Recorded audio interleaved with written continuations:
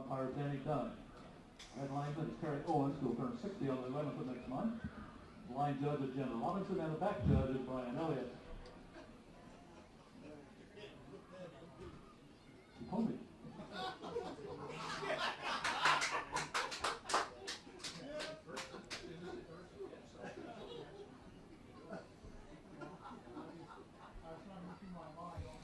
Make sure we call this one somewhat 50-50. As a color man, you just kind of call it down the middle, and I'll kind of get excited for both sides. Gotcha. Since we do have Milan sponsors. Oh, come on.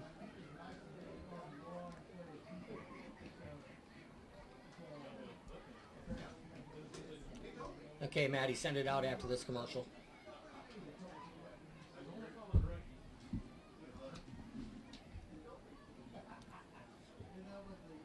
How long we got after they shake hands and flip the coin? About a minute, right? Not very long. They pretty much go after it. Right. You have a min belt clock now. Bulldogs are going to toss the Kirby option.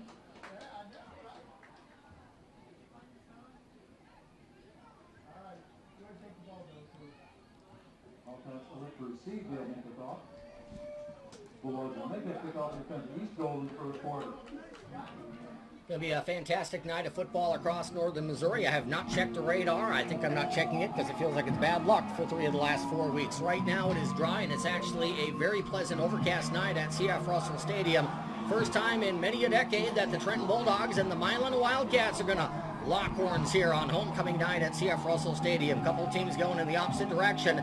That's why they play the game. You don't win games on paper, you play them on sheets of grass on Friday nights. Milan Wildcats 0-4 overall, 0-2 in the GRC. Looking to swing a road upset tonight. Trenton Bulldogs are 2-2 overall in the season, 2-0 in the GRC. If Trenton wins tonight, they will be tied with either Maysville or Polo atop the GRC standings. Polo's playing at Maysville. We'll effort as much as we can. I say as much as we can because I usually kind of check my sources, and my sources run a little bit quickly on Friday night. A lot of information coming in. So if it works, we'll try to get you some score updates from Polo, Maysville, Gallatin, South Harrison. Obviously over on KTTN 92.3 FM tonight, Putnam County, Princeton, which ought to be a pretty good ball game. Both those teams are 1-1 in the GRC. So Trenton trying to keep pace with Maysville and Polo and keep tied with one of them. By the time we get to the end of the night, Milan's trying for their first victory as a member of the Grand River Conference. Milan will get the football first, back deep to return for the Wildcats here on this Friday night, middle of September.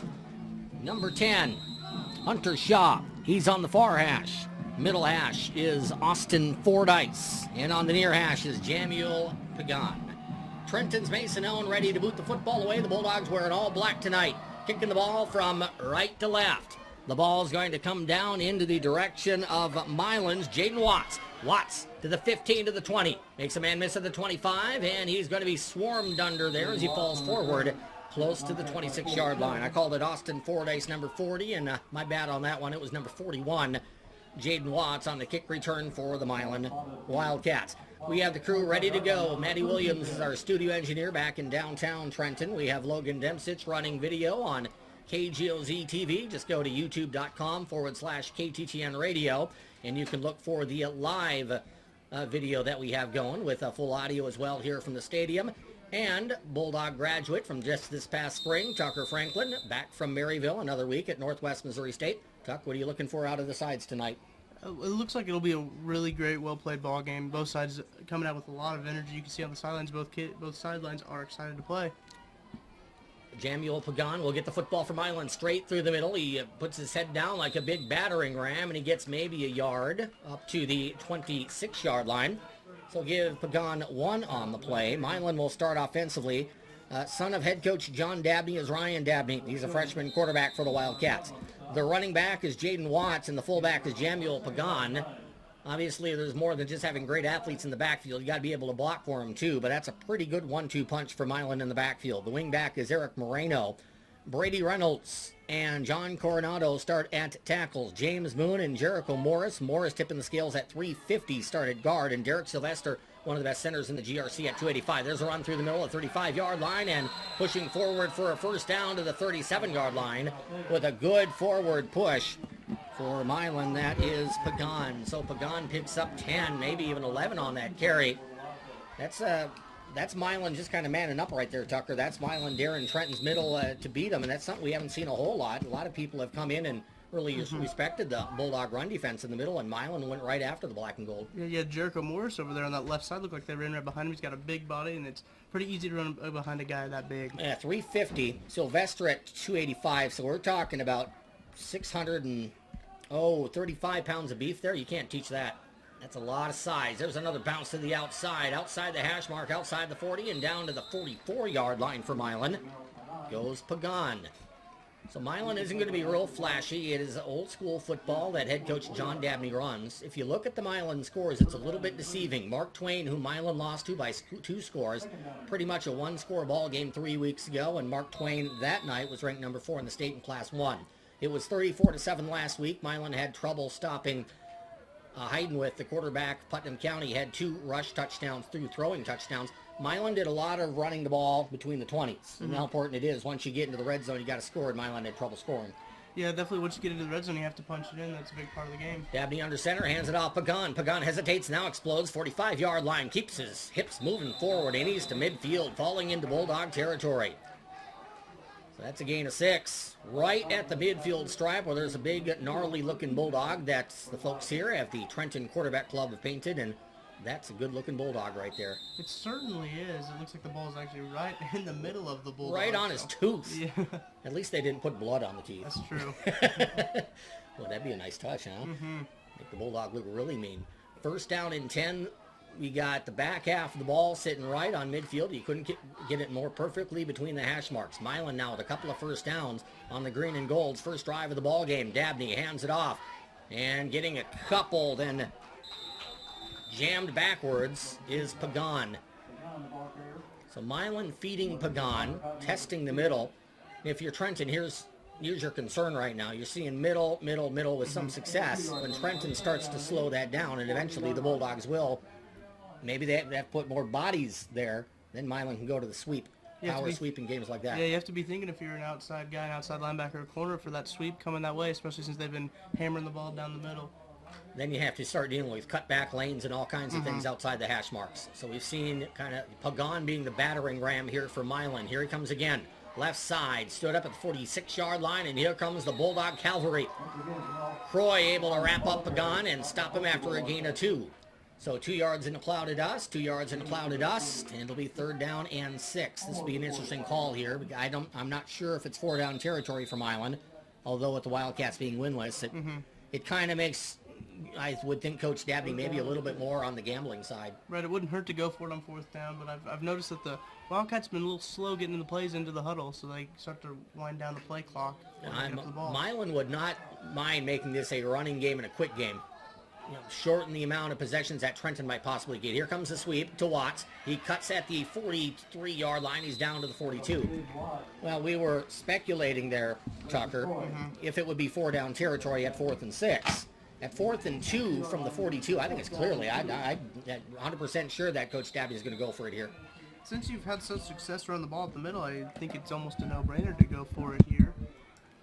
You've had such good push from your offensive line, and see what Trenton's defense will do. It's good field position for Trenton. I don't know if the 42 is great field position. Right. It's not like you're giving them. It's not like you're giving the Bulldogs a football in the red zone. This is KGOZ, Gallatin, Chillicothe, Milan, Trenton. 4th and 2 for the Wildcats. Handoff, Pagan. First down across the 40-yard line. He's to the 38, and then Trenton bows up, knocks him backward again.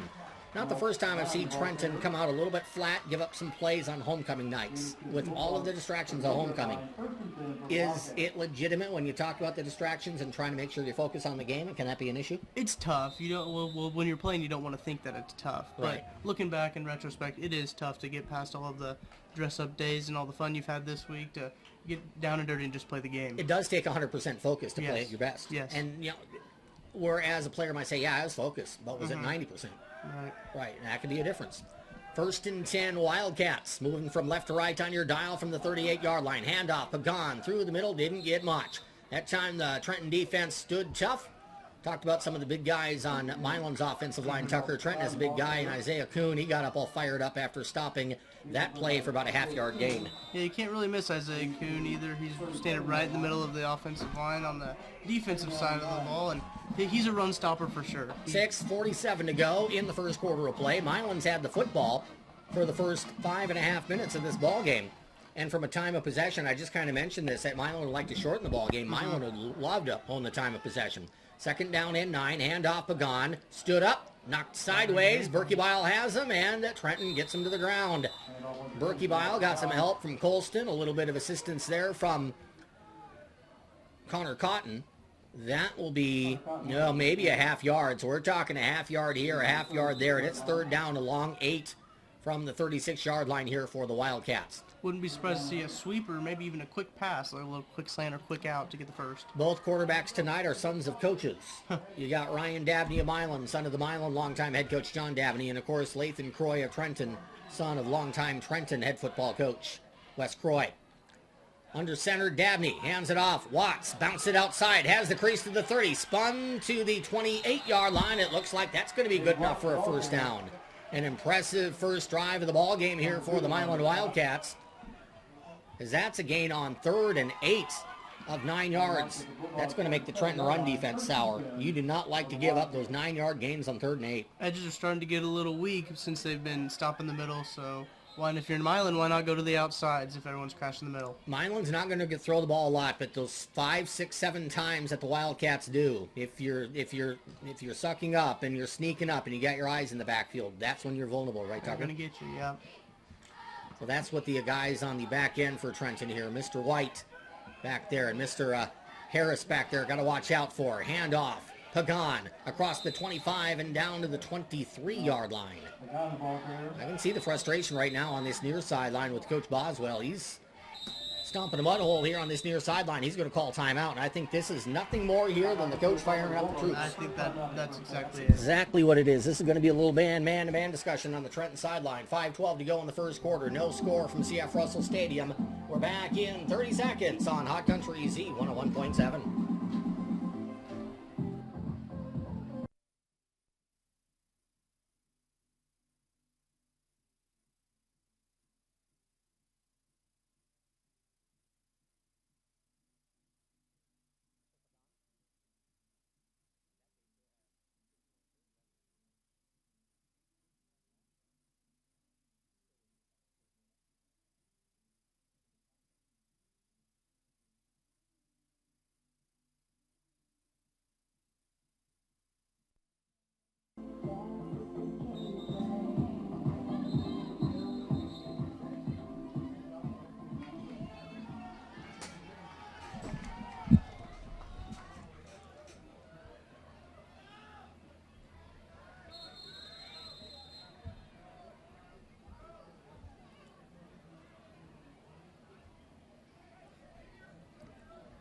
Five minutes and 12 seconds to go in a swiftly moving first quarter, and thus far it's been ground Milan Wildcat, moving from the 22-yard line all the way down to the Bulldog 22-yard line. Dabney takes the snap, hands it off. Watts moving left side. He gets hit by Cotton and dropped by Cotton. I didn't watch the festivities down there in the Trenton huddle. I don't know if there was a lot of just want to and effort in those things. Or sometimes when you call those, Tucker, is it kind of a 50% effort speech and then 50% here's what they're doing, here's what we need to fix, so it turns into more of an X's and O's speech?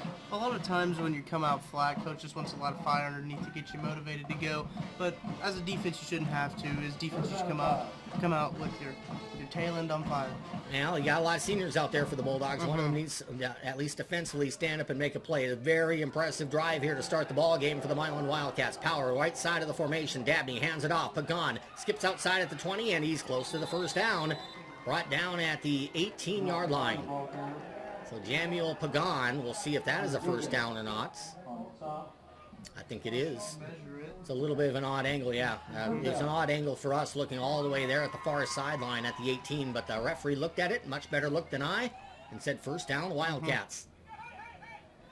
Interesting situation for Trenton here. Let's see if they can get out of this without any points. We're talking a little bit off the air about the Milan uniform. Very clean looking uniform. clean white tops. Numbers easy to see with that green. You got the gold helmet, or at least as we call it, the yellow helmet, or the Milan gold, they call it in that community. The big green M on the side of the helmet and the green pants with Wildcats yellow stripes, looks like, on the side of the shorts. Play clock running down. 1st and 10, Wildcats from the 18-yard line. Play clock is down to 6. Dabney hands it off. Watts bounces off a big mass of bodies inside. Now he breaks into the secondary to the 5, and he stumbles forward to the 2. That's what we've seen tonight from Milan and from Trenton, for that matter, too. Milan runs in these big piles, Tucker, and it seems like the Bulldogs are having a ton of trouble getting these Wildcats down to the C.F. Russell Stadium grass. Looks like they're just having a hard time wrapping up and bringing people to the turf. Looked like they actually had the ball stop behind the line of scrimmage. Somehow he squeaked out of the crowd of people, and looked like Lathan Croy might have grabbed an ankle. It looked like Watts was going to bounce that outside, and then all of a sudden he just put his head down, found a crease, and he was gone. That's what hard work and perseverance does, especially in those big groups like that. Keep on pecking away. 1st and goal, Wildcats from the 2. Ryan Dabney takes the snap, hands it off. Pagan stood up. He keeps moving forward. Kind of the same thing again. It's not one Bulldog that's stopping these Wildcats. Well, it's taken 3 or 4 Bulldogs every single time. So off of first contact, there might have been a forward yard there or so. We're going to still call it about 2nd down and goal from about the 1.5 yards. We are down to 3 minutes to go in the first quarter. What a drive here from Milan to start this ball game. A 9-minute drive that's gone about 76 yards. Milan needs 2 more yards to get pay dirt. If you're a coach, you love nothing more than a long drive to get you points. So see if Milan can convert here. Milan shoves this into just an early score for an 0-4 team on the road at Trenton. It would put some shockwaves into this conference, and there it is, moving off the spin on the sweep and going into the end zone for the Wildcat touchdown is Jaden Watts. So Jaden Watts, he ran that sweep, and again, Tucker, there was contact at the goal line, but Trenton was very ineffective in making really quality first contacts, man-to-man contact, so to speak, and making tackles on that defensive set. It just looks like they're wrapping up high. They're not getting low and driving their feet enough to stop ball carriers. So Watts with a touchdown. Here's the extra point kick. It is on the way, and it is straight through the uprights from Milan's Eric Moreno. Early here from C.F. Russell Stadium, just under 3 minutes to go in the first quarter. It's Wildcat 7, Bulldogs no score. We're back in 30 seconds on Hot Country Z 101.7. Dr. Andy Cox for taking time out of his schedule to paint the Bulldog image that is portrayed on the 50-yard line of this evening's game. We'd also like to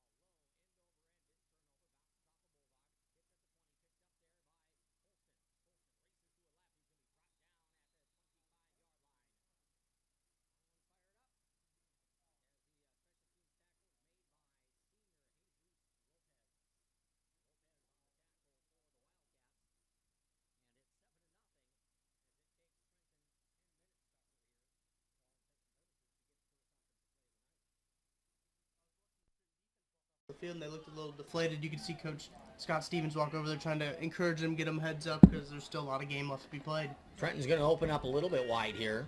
Twins, far side, and the slot to the right is Connor Cotton. 2:35 on the clock. Lathan Croy will step under center for the Bulldogs as Berkebile lines up right behind him. The Bulldogs lined up in the traditional double wing set. Junior quarterback Lathan Croy hands the ball off. Nope, keeps it, and he's through the middle, and he has big yardage. Lathan to midfield, and he puts on the Jets. Can be tackled from behind at the 41-yard line. Tackle made by Watts, bringing down Croy. Lathan really got Milan to bite on that carry. That'll be a 35-yard gain all the way down to the 40-yard line. It was a great fake by Croy. He even faked you out up here. He did. I said for years, if they fake me out, you know it's a good fake. Yeah, and he had a gap for days so he could run across. Good play. Holston will be lined up to the right side of the formation here for the Bulldogs as Croy brings the Bulldogs to the line of scrimmage. Milan in a 2-down, 2-up sets. Handoff, Berkebile through the middle, 35-yard line and down to the 32.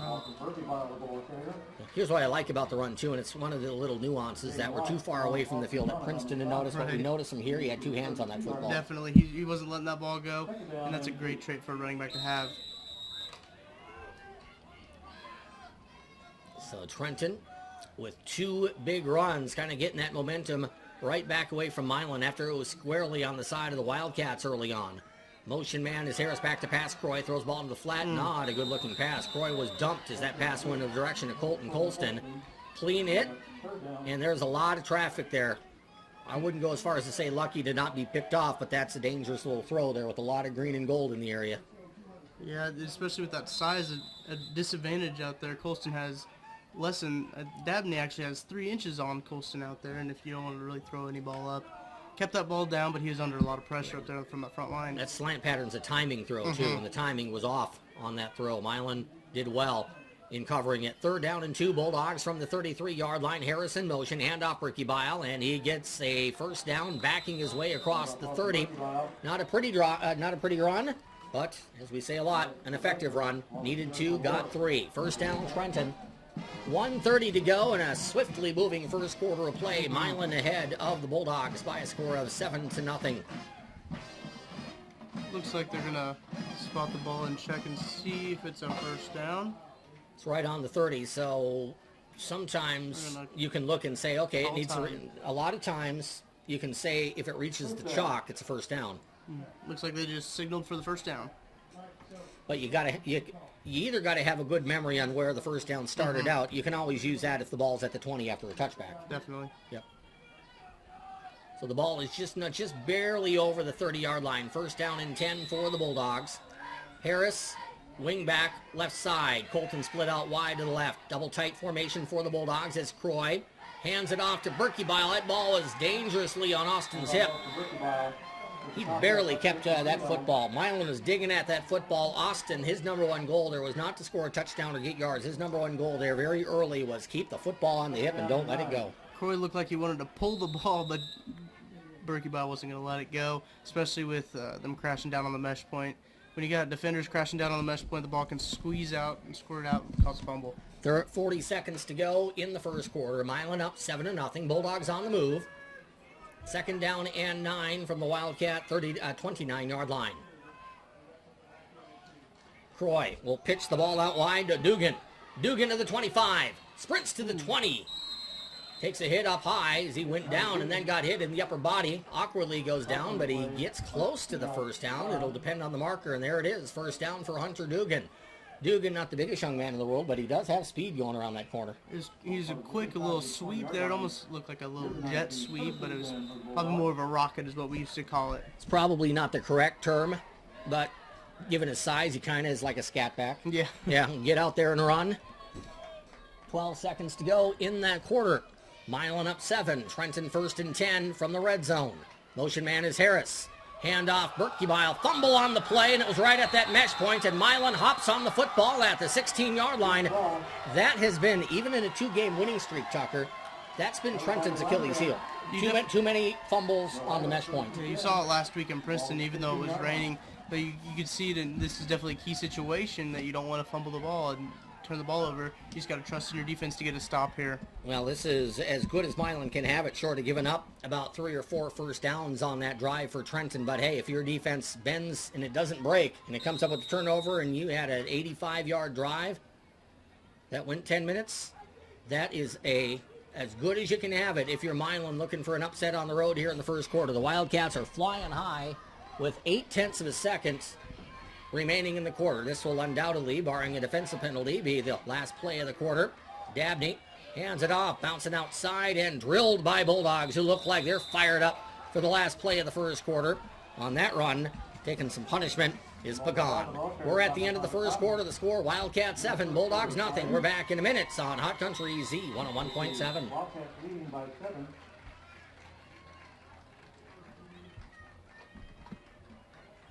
Hey, Bulldog fans, get ready to show off your frisbee catching skills with the KTTN cheerleaders launch frisbees into stands during the break between quarters. Make sure you, after your catch, check your frisbee just underneath, see if you want a gift from one of the sponsors. This year's sponsors include Trenton Coca-Cola Bottling Company, Barton Baker Automotive, Dino's Diner, Trent Cinema, East Co-op, the Wild Onion, and Washington Street Food and Drink. Trenton and I would like to thank all the sponsors and wish you good luck in catching a winner.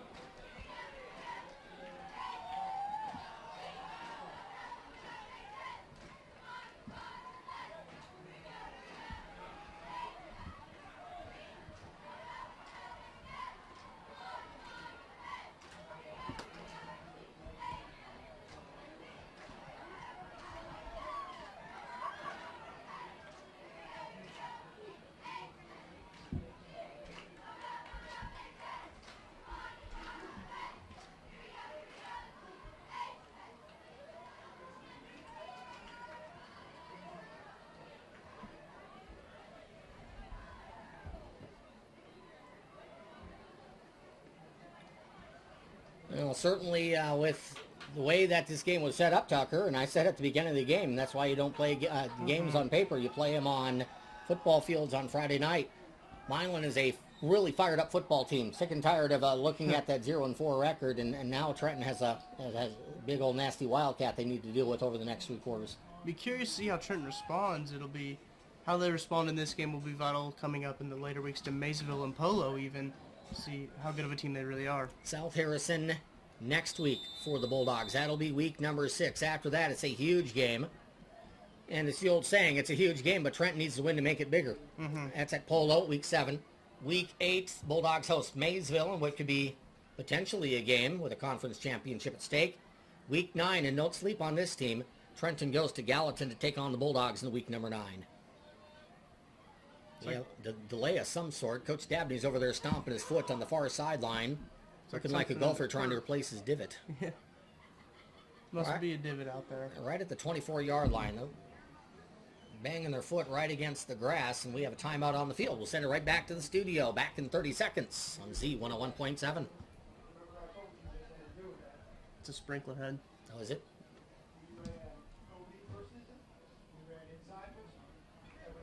This may be what Trenton needs right here.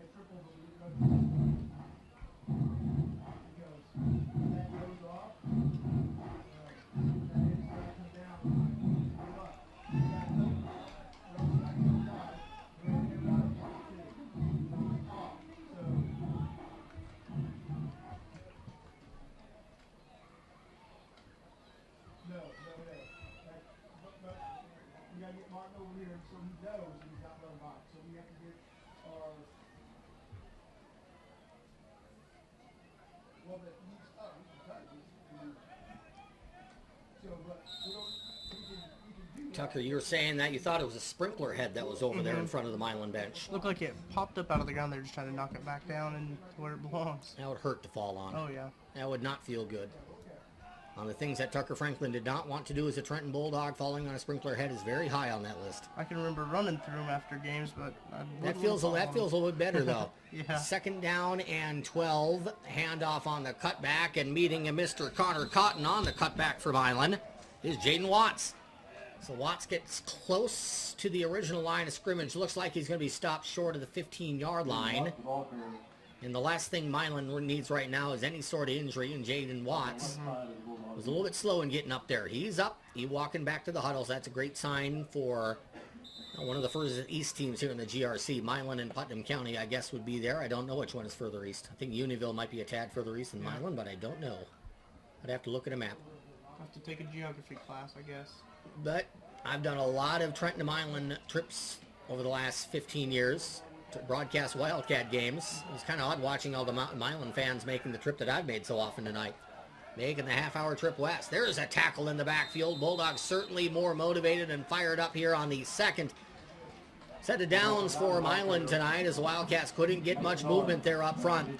And sometimes it is just you got to fire somebody up, and I think the defense got fired up because that was a much different Trenton-looking defense first set from the second set.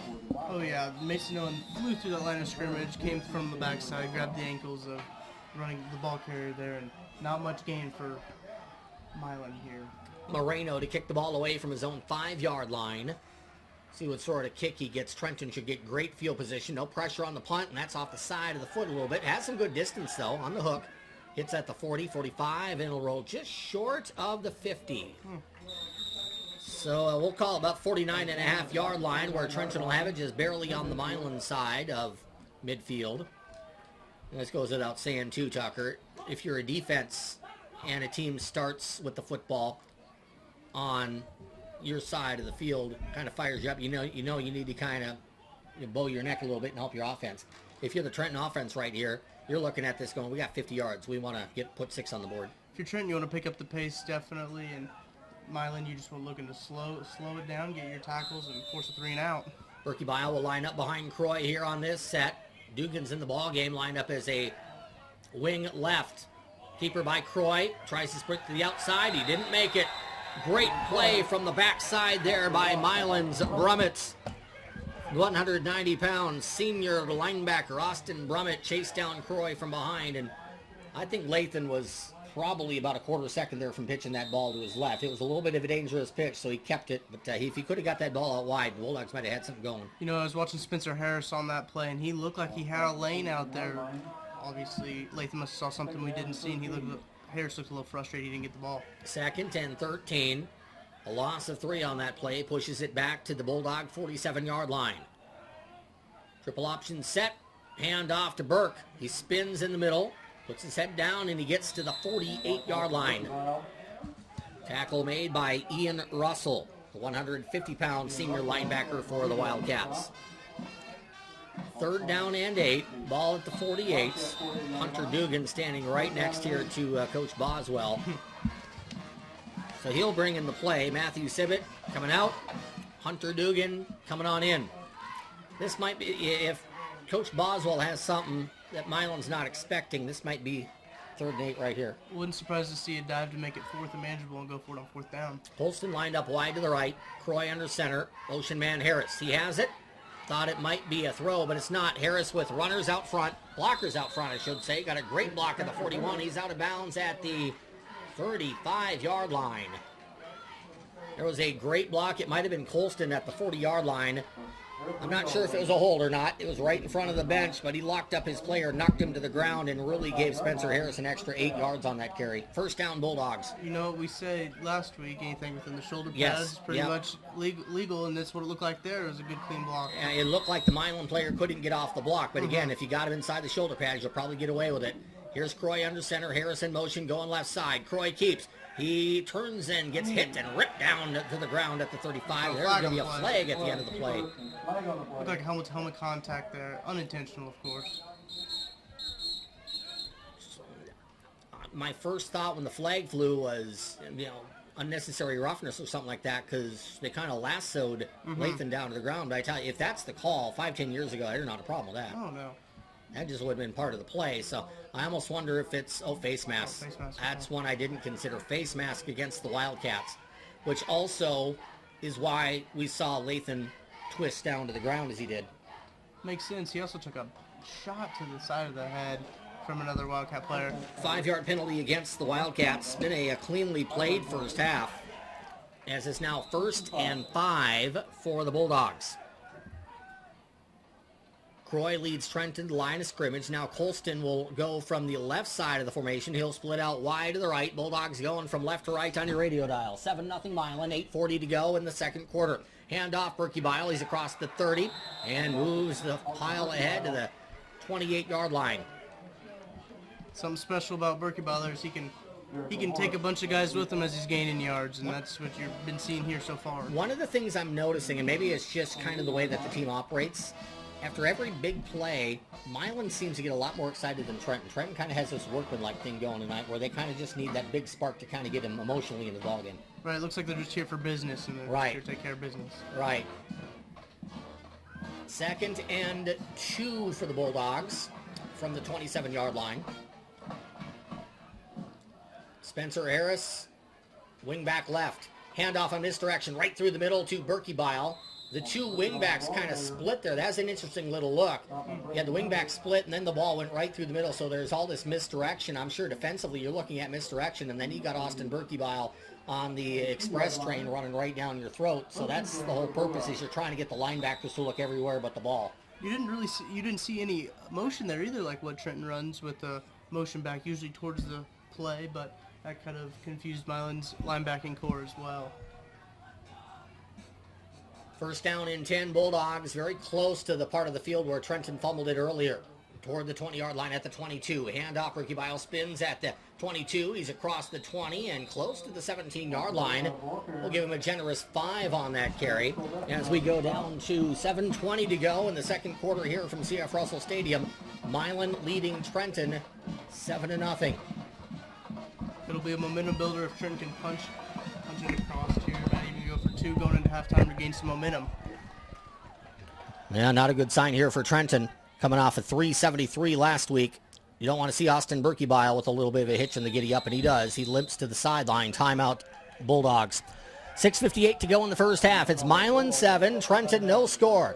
More GRC East football is coming your way in 30 seconds on Z101.7 and KGOZ TV.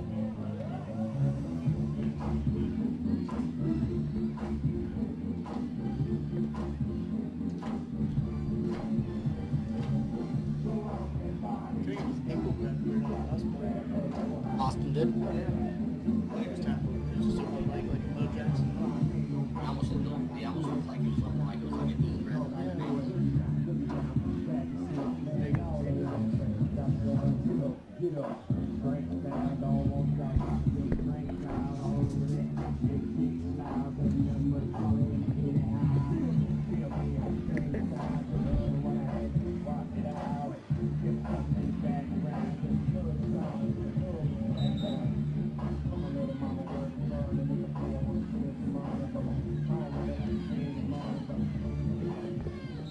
Jalen's a member of the new minted GRC Eastern Division champion Trenton Lady Bulldogs softball team. They'll be in the GRC championship game next Thursday, probably at Stanberry. If Stanberry takes care of their business, they're 5-0 in the GRC West. If they win at Pattonsburg on Monday, Stanberry will be favored to do so there. Stanberry and Trenton will be your matchup next Thursday. Even if Stanberry loses, it may be Stanberry with head-to-head tiebreakers and whatnot. Croy hands it off on misdirection to Harris. It breaks open at the 15 to the 10, and he's chopped down at the 7-yard line. That was one of the better-looking misdirection plays we've seen all night long for the Bulldogs, Tucker. Milan went with the motion to the left, and the play came back to Spencer Harris going back right on the cutback. There's a little counter play, I remember calling it, and it was one of my favorite plays because it looked like Travis Sleeper would get the ball, Jonathan Lamp would get it last year. Well, and you can really get the defense off balance. And if you can get that defender off balance where he's leaning one way and he realizes, uh-oh, I got to get back, that's where as a lineman you can really just put your weight into somebody and knock him down. Looks like Austin Berkebile's on the sideline getting an ankle tape from Coach Parks. 6:40 to go in the first half. Trenton trying to dent the scoreboard down to Milan by a score of 7-0. In the backfield here for the Dogs is Carson Radcliffe. He's replaced Berkebile, and now Croy will call timeouts. 6:27 to go in the first half. 7-0 Wildcats. Trenton in the run zone. We're back in 30 seconds. This is Hot Country Z101.7.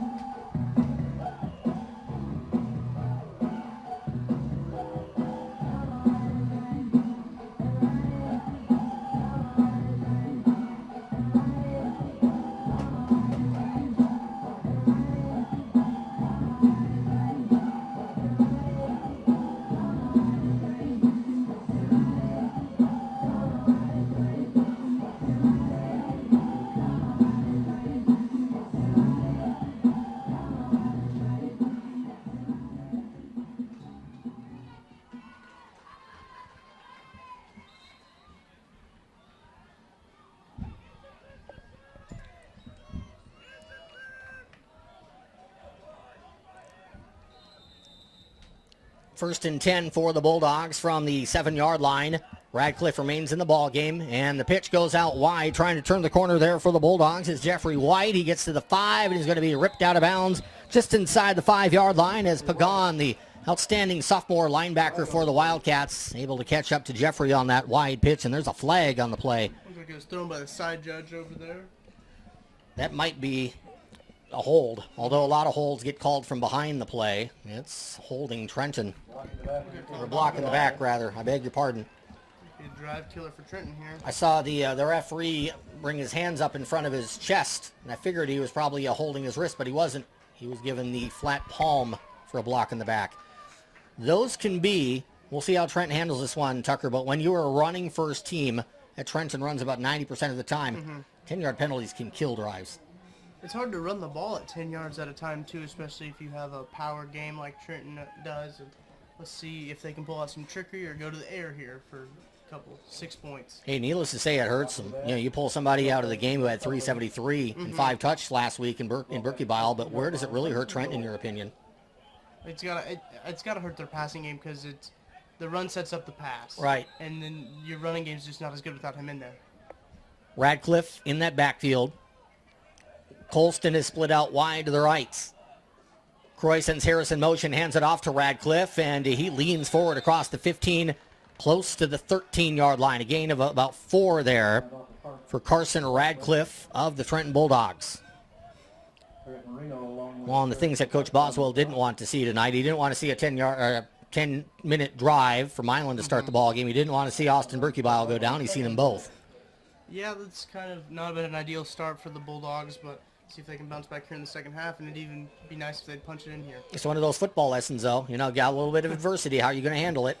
Second down and goal from the 13. On the misdirection, handoff, Harris. He gets room to the 10, to the 5. He's untouched. It's a Bulldog touchdown. 13 yards. Spencer Harris went in, and the same play that just a few plays ago, Milan didn't read well on the misdirection. Milan read it worse that time. Harris went in untouched from 13 yards away, and it is 7-6 now in favor of the Wildcats. Trenton within an extra point of tying this one up. That's a play that a couple of times now Tucker's been awfully effective against this Milan defense. And that's just great play calling, especially running the ball right up the middle, then busting on the outside edges. You see a lot, even what Milan did, Coach Dabney. On to attempt the extra point is Mason Owen. That kick is up, and he kicks it through. 7-7 the score. Second quarter, 5:38 to go until the half. Milan gets a football in 30 seconds on Z 101.7.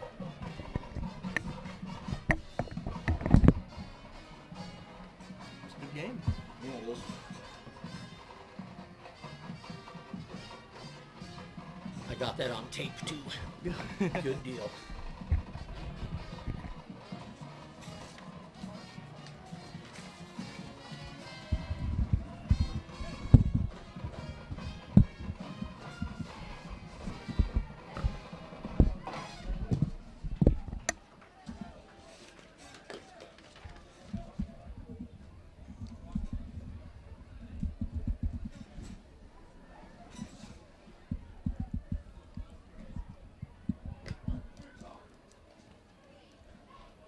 You know, Tucker, if I was really good at my job, I would have called Mason up today and said, okay, that was a really good recording that you had, but you're no longer senior Mason Hoyman, you're queen Mason Hoyman. Yeah.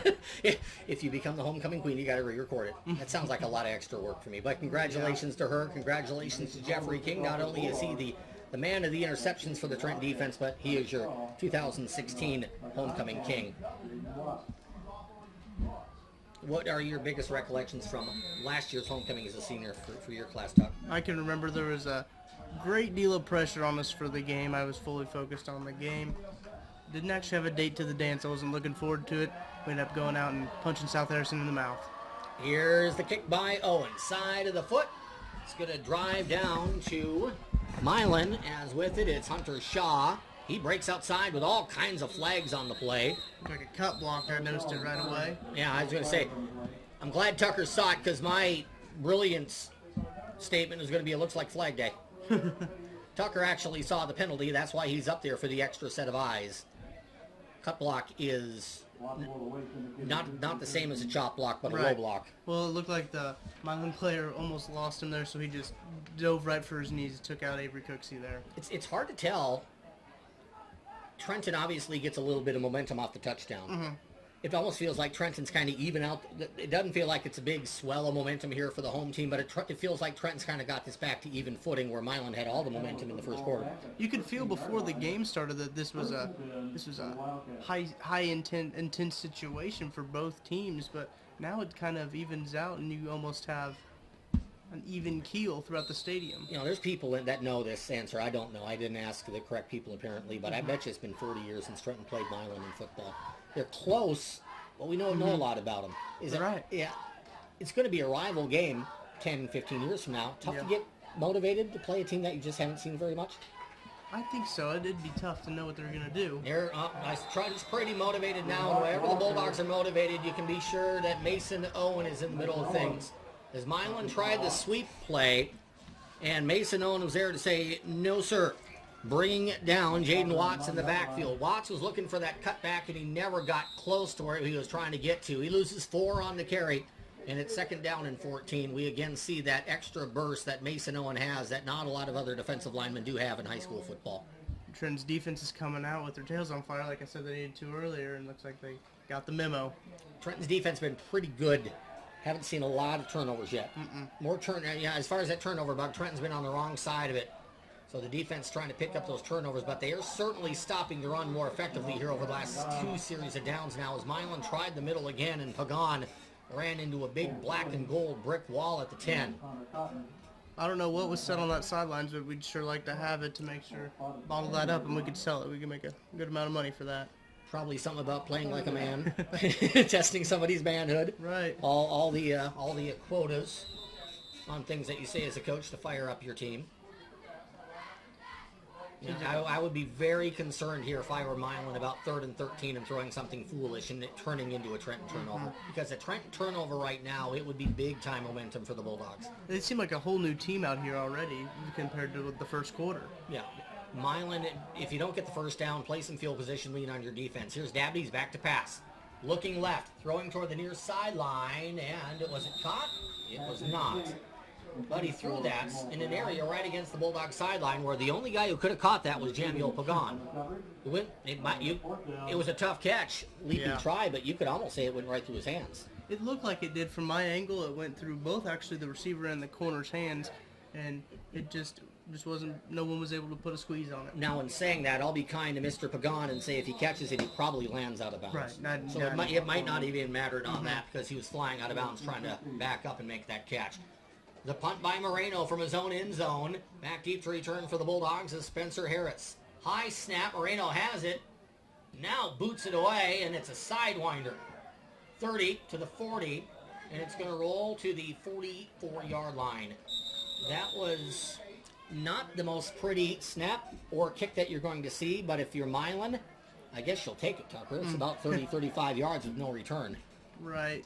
If there was any pressure at all from the Bulldogs up front on Moreno, that's probably a safety getting blocked back through the end zone. It looked like Trenton was going straight protect on that and make sure they had every guy away from the ball on a short punt. Looks like they had good coverage on the backside for a return.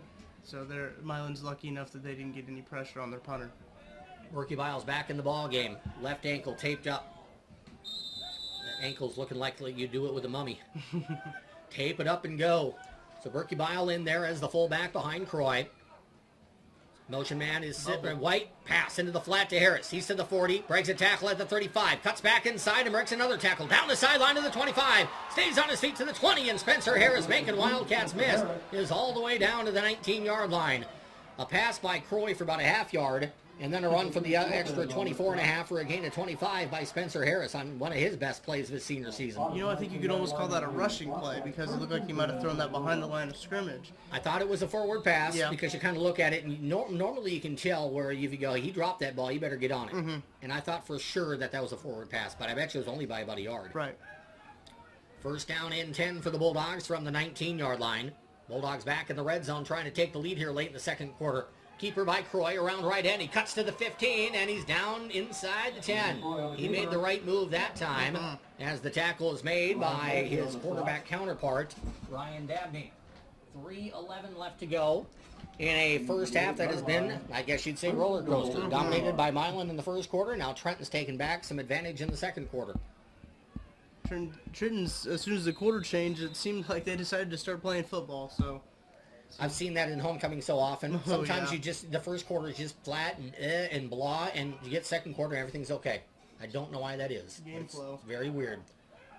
Again on the misdirection, here's Harrison. He has a ton of room around the right end, and he's going to go and untouched again for a Bulldog touchdown.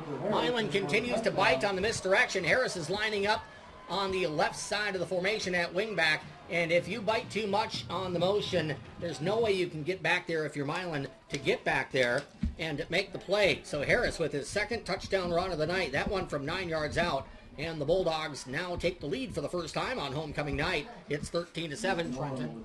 We have 2:54 to go in quarter number 2. Mason Owen is delighted here that he can kick extra points and not have to do it in Hurricane Princeton like it was last week, at least rain-wise. Kick by Owen is up, and it's good. Trenton 14, Milan 7, 2:54 to go in the half. We're back with a kick in 30 seconds. This is Hot Country Z101.7.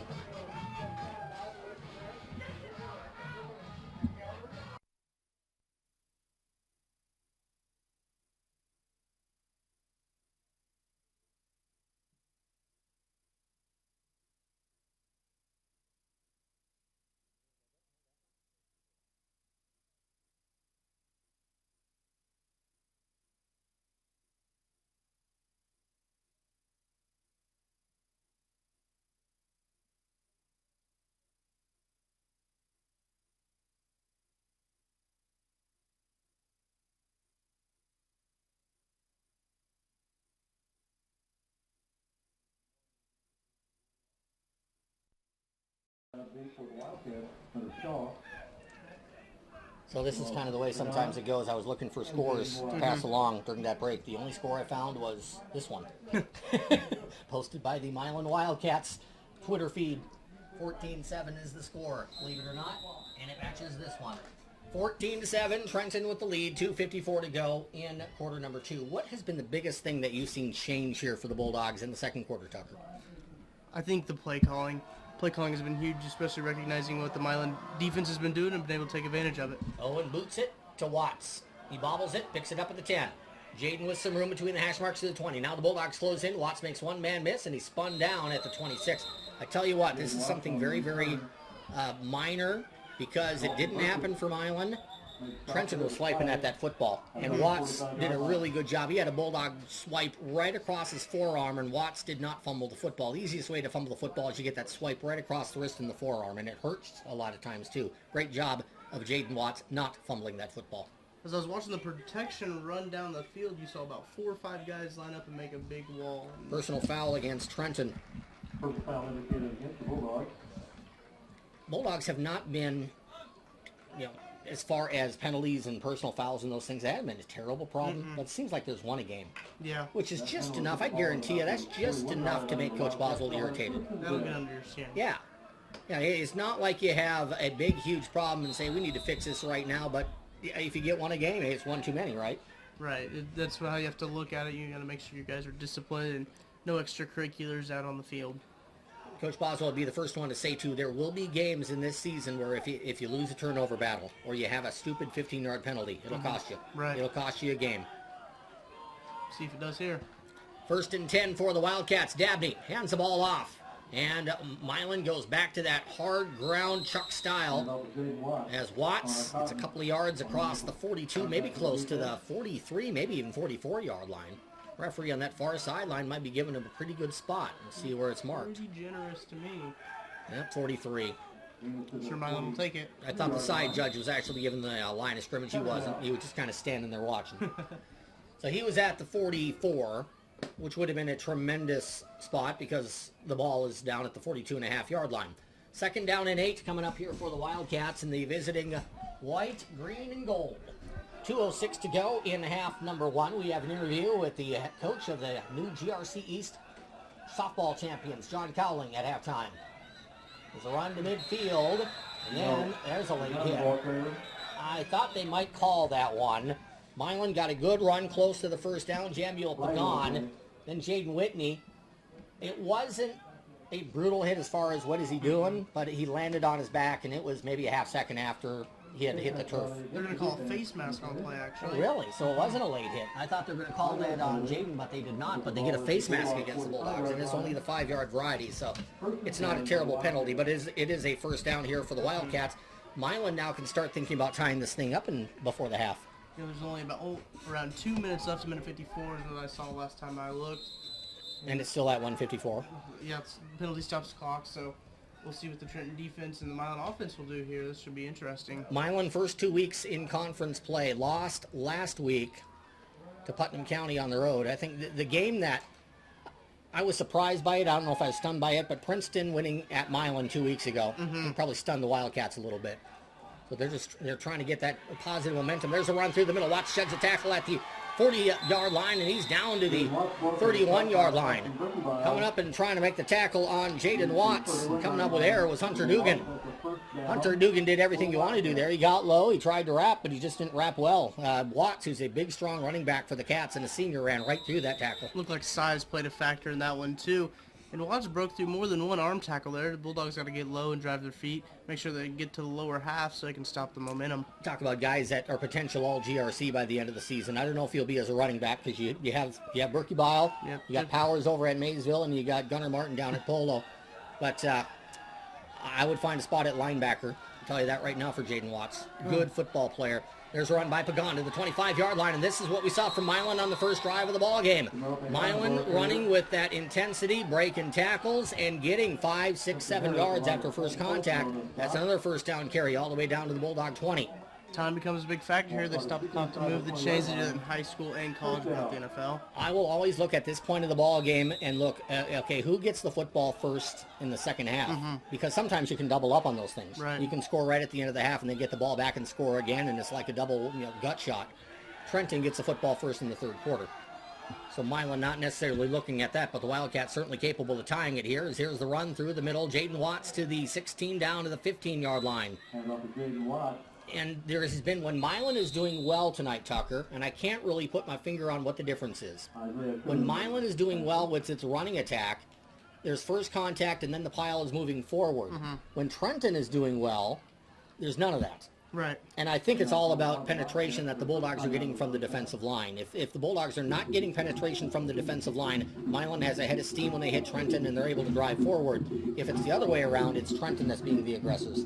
Looks like Trenton's loading the box, too, putting all 11 guys in there. Milan doesn't have a guy split out to spread out the defense or anything.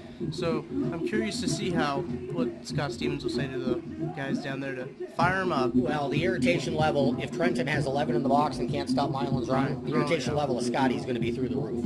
There's nothing else you can do. And at that point, too, you're daring Ryan Dabney to throw a touchdown pass against you. Yeah, but then, they don't have very much receivers out there. They might have a tight end lined up on the side. Little tight end pop will beat an 11-man in the box defense all day. Milan, Trenton, Putnam County, the new squads in the GRC on the eastern side, western side, which is an 8-man side in football.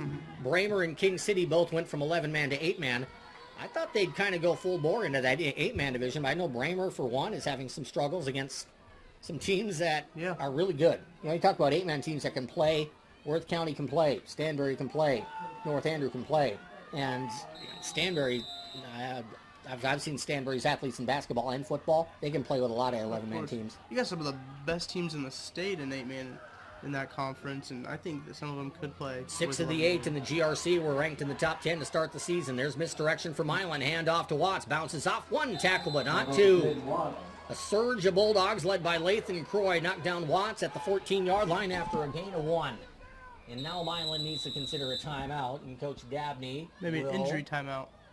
Well, I thought Coach Dabney was going to oblige my thought process there, but now they're going to run the clock again.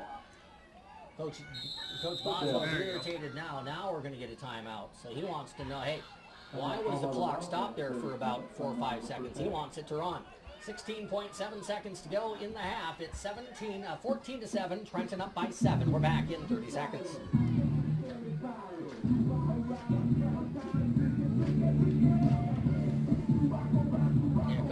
His wife is the one that I think updates the Milan.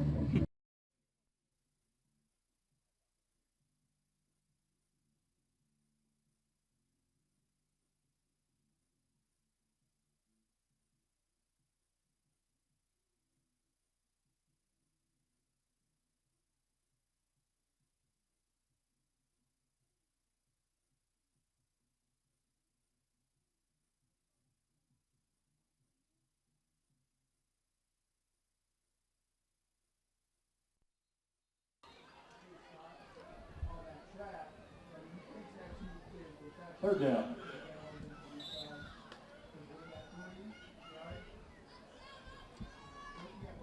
.7 seconds left to go in the first half. Milan facing a 3rd and 5, but Milan's going to take a shot at the end zone. This might be it right here. Little pass to a tight end or a receiver out of the backfield. Yep, there's play action. Dabney back to pass, throws it to the end zone. Caught in the end zone for the Wildcat touchdown. And Trenton was completely unprepared for that opportunity there, as the pass went to Ian Russell, and there was not a Bulldog within 5 yards of him. It's as if, and you said it, Trenton's loaded in the box. They're daring Milan to get a touchdown pass. The Wildcats obliged. He was lined up in that tight end spot, and like I said earlier, the tight end pop pass will always be an 11-man in the box defense, and you saw it just happen right there. Wasn't a pretty pass. You can kind of tell that the Milan passing game is pretty basic, but when you're that wide open, all you have to do is get the ball there and catch it. Right. 14-13 Bulldogs. Extra point here for the Wildcats. Moreno to try to tie up the game. A lot of Bulldogs standing up here at the line of scrimmage, trying to find a crease. There's the kick. It is a little bit right. It stays inside the goalpost. Flag will fly. Flag on the play. Was there a flag or was there not? What'd you see, Tucker? I saw the back judge throw the fflag. Flag on the play. We'll keep it here and wrap up the flag situation. It's a 15-yarder for something illegal done by Trenton. Looks like it might have been roughing the kicker maybe, or something happened in the backfield. 15 yards on the kickoff with 10 seconds to go, or 11.9. We'll give the exact number. It's not going to really hurt the Trenton Bulldogs all that much. We've been kind of waiting for one of these games, Tucker. We thought we had one with 10-8 at the half at Lathrop. Yeah. We got ourselves a ball game here in the second half. This is a good Friday night affair. It really is. The weather's nice out here. It's a good night to be out and watch some football, not to mention it's a good quality football too. So 15-yarder against Trenton. A lot of times, and I haven't really seen it called at this level, but you'll see leaping. That seems to be a popular call in extra points where you go over the tide and see anybody go over the top there for Trenton. All the time you think, okay, 15-yard penalty, somebody said something, somebody roughed, like roughing the kicker. I'm not sure what it was, but... Well, I saw the refs call over Mason Owen. He walked over there and was talking to Coach Boswell and the referees, but I'm not sure what happened. He didn't look too happy on the sidelines. You know, a lot of times, as I said, there's stuff that we can't see up here that is right next to the referee, and sometimes you just said the wrong thing to your opponent. Right. Opponent got under your skin, you said the wrong thing, boom, 15. So Trenton has themselves a Wildcat here that is angry Wildcat, frustrated Wildcat, and they're a roaring here at CF Russell Stadium. Milan, 2 15-yard penalties? Boy. The ball is all the way down at the Bulldog 45. I tell you what, Tuck, if I'm Milan, roll the dice here, an onside kick, right? What do you got to lose? Well, you don't have much, especially with the tie game with only 11.9 seconds left in the half. If you're the front line, you want to be watching, but I'd be curious to see what actually happens here. It's not like Dan Marino's going to come off the Trenton sideline either. I like Lathan. Lathan's a friend of mine, but Lathan, you're not Dan Marino. Right. You know, Lathan's not going to stand back there if the Bulldogs get good field position at the 40 with 10 seconds to go and throw a 60-yarder to the end zone. Be nice to see, though. So we'll see. Yeah, well, why not? If I'm Milan, onside kick this baby. Ball at the Bulldog 45. Moreno, he will just crack it through the end zone. Why not?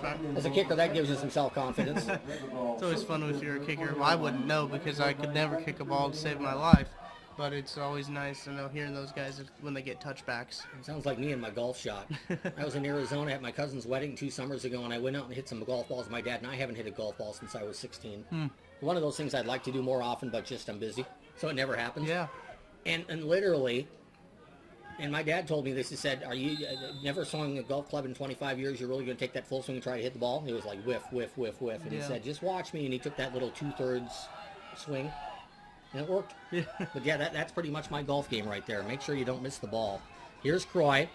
Keeps it on the Right side run. Gets it out wide to Harris, and Harris knocked out of bounds at the 30. Spencer Harris. Pick up the bounds by 5.7 seconds to go in the second quarter.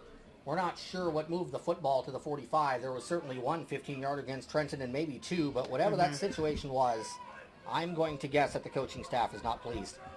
No, and you saw Boswell talking to the officials like he was trying to figure out what was happening, but we sure would like to know how that conversation went down there. Yeah, we're just not sure, but that's 30 yards of penalties, which is it's very tough. rare, very rare. I almost wonder if it was something in the field for 15 and then something on the sideline. Could have been. 5.7 seconds to go in the half. 14-14 score. Milan Wildcats, Trenton Bulldogs locked up here in the GRC East. Croy under center. Rolls to his left. Under pressure. Throws on the run. Caught by Colston. He's immediately hit at the 35-yard line, and that'll take us to the locker room. And Coach John Dabney, you heard his interview pregame, he was just really kind of trying to figure out how to get his Wildcats going with so many injured Wildcats. And against Trenton on the road in Milan's first game at Trenton in many, many a year, the Wildcats are tied at 14, and Coach Dabney, he put his fist right to the sky and said, boys, let's go to the locker room. He talked about a coach who's tied and feeling really good about it. That's the head coach of the Milan Wildcats right now. So we got a 14-14 tie here at C.F. Russell Stadium on homecoming night. To our halftime break, we'll get the football first to begin the second half of play. Well, I'll ask you what Coach Dabney was talking about, Tucker. What do you think Coach Boswell is talking about at the half? You know, you got to think that the Bulldogs want to gain the momentum back. So they need to score on this first drive here and get the defense to have a good stop, force a 3-and-out so they can get the ball back so they can score as quickly as possible. This is one of the reasons sometimes you have the choice, sometimes you don't. But if you have a chance to get that second half kickoff, so often there are a lot of coaches. Coach Pinkel at Mizzou was this way. He wanted to get the ball when he had Chase Daniel playing gap with those guys and go after the defense. This is why, in a 14-14 game, this is why sometimes it's better to have that second half kickoff. Right. Especially now with the defer option, you can defer till the second half. And I would say that's something Trenton probably would do because right now the Trenton defense a couple steps forward from where the offense is. Eric Moreno to kick the football away for the Wildcats here as we get the third quarter underway on KGOZ. Gallatin, Chillicothe, driven down to Radcliffe. He makes the catch at the 10. I should say that's Colston to beg pardon. He has room to the 30-yard line. Breaks a tackle at the 35. He almost broke that out to the 37-yard line. Looks like he was tackled by his own guy. Yeah, one of his blockers up front, and Dalton Burchett's feeling that contact a little bit. He almost slipped through there, and if he does, I think he's gone. That might have been 90 yards in a touch. Oh, yeah. It was a great return by Colston there. Blocked well. When you see that much room for a guy, especially when he gets through that first wave, is being blocked well, and no flags on the play. So the Bulldogs will move the ball from right to left on your radio dial here in quarter number 3. Tied up with 14 in this matchup in the GRC East. Trenton tied for first. Milan in the basement coming in. Wouldn't know it by the halftime score. Handoff coming left side, hitting the backfield, and then swarmed under by the Wildcats. I believe that was Berkey Bile, and it was. You know, Berkey Bile can break one tackle. He did that time, but when you have 5 guys that follow the first tackle, there's not a lot you can do. Austin Brummett made first contact, and he had a lot of friendly helmets in the green and gold helping him out, stopping Berkey Bile for no gain. May have been some miscommunication, on the offensive side of the ball, but you got to give Milan credit for making that stop right there. Certainly Milan, that battle left side of the Trenton line, right side of the Milan line, that was won by Milan. I think you might be right. I think there might have been too many Trenton guys moving the wrong direction. Croy under center, twins to the far sideline, throw into the flat. Low pass, not caught by Harris. He's smart to get on that one. It was a forward pass, but kind of like the one in the first half, Tucker. Close enough that when you're Spencer Harris, you dive on it, you make sure. There's another good play called. This wasn't executed very greatly. You can see the cornerback on that second slot receiver sagging off a lot, so you have your main receiver on the line of scrimmage going crack down on that cornerback, and you get lanes to run. Lathan might aim that throw instead of throwing it. Yeah. He put a lot of air under it and just didn't get it out there into the flat to Spencer. So the Bulldogs now face 3rd down and 10. This is a huge play early in this third quarter. Motion man is Harris going to the left. And it's the naked boot for Croy moving to the right. Looking for the tight end Cotton. He's covered, throws against the sideline, incomplete.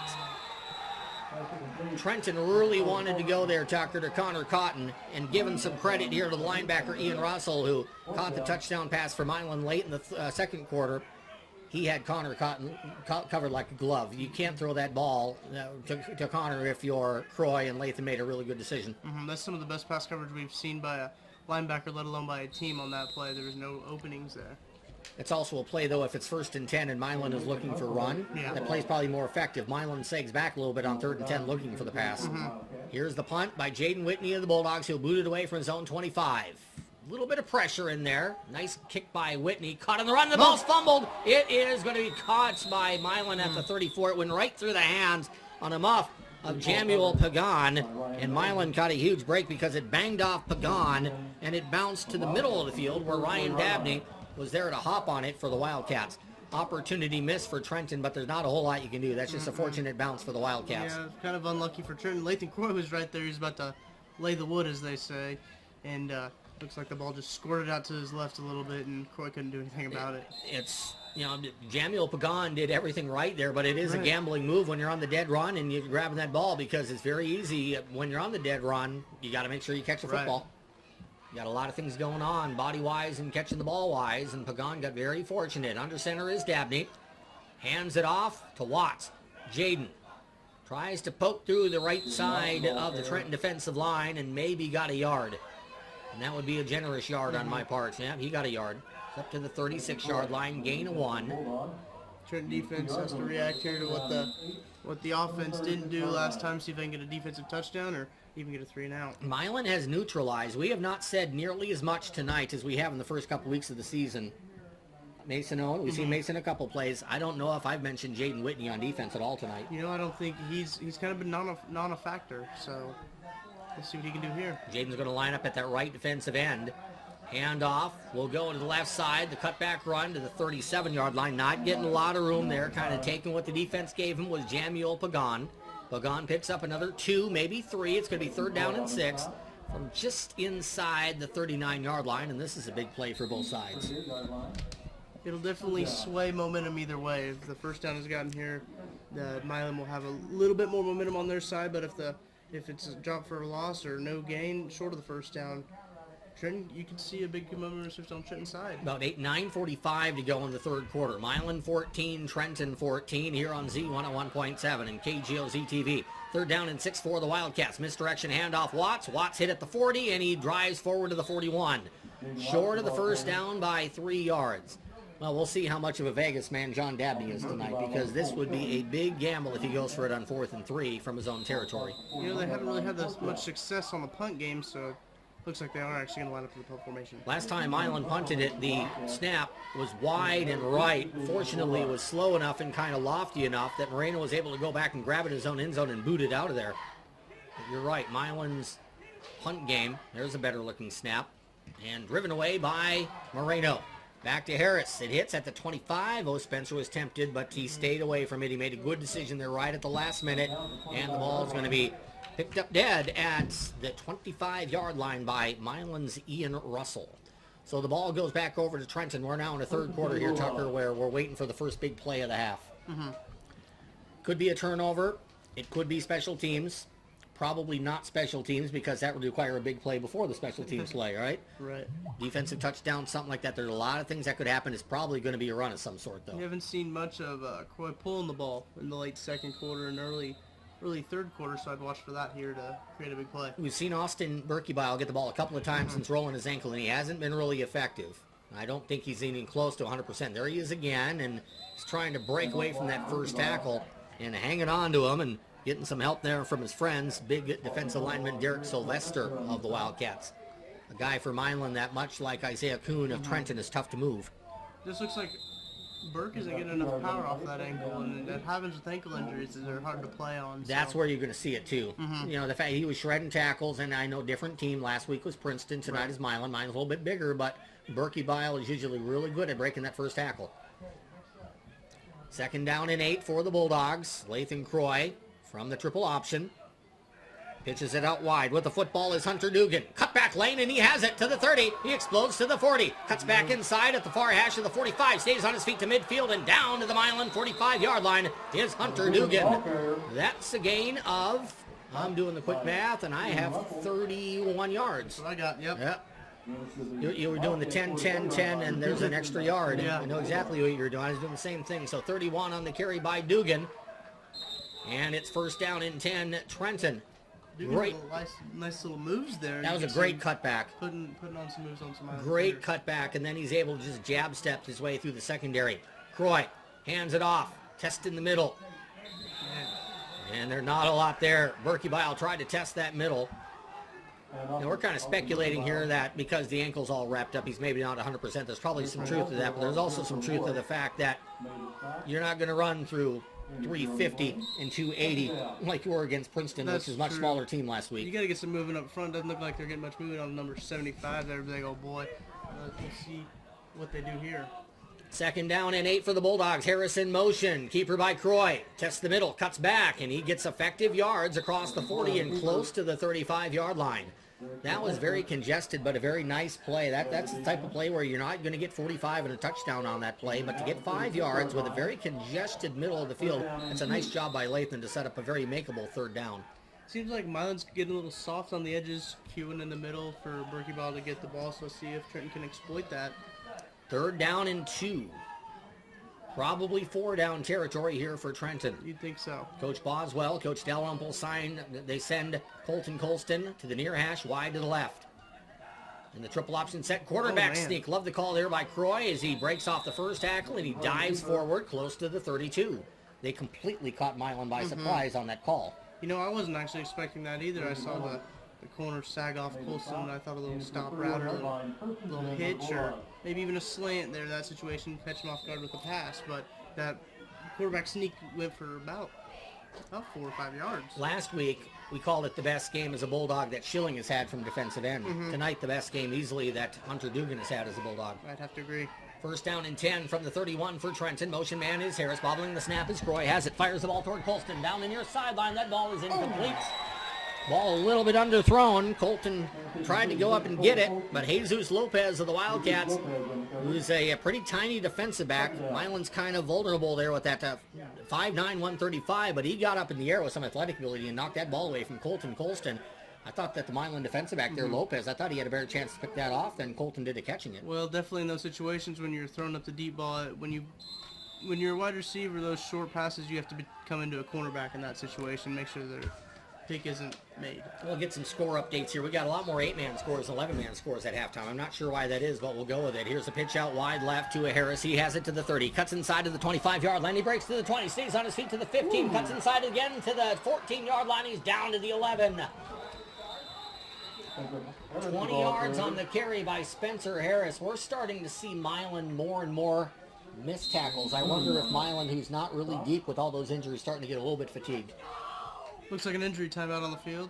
Now we have a Wildcat down at the 20, and it is number 20 of the Milan Wildcats. Eric Moreno, who's the kicker for Milan, down at his own 20-yard line. Trenton in the red zone as we have 6:06 to go in the third quarter. It's 14-14. Back in a minute on Z101.7.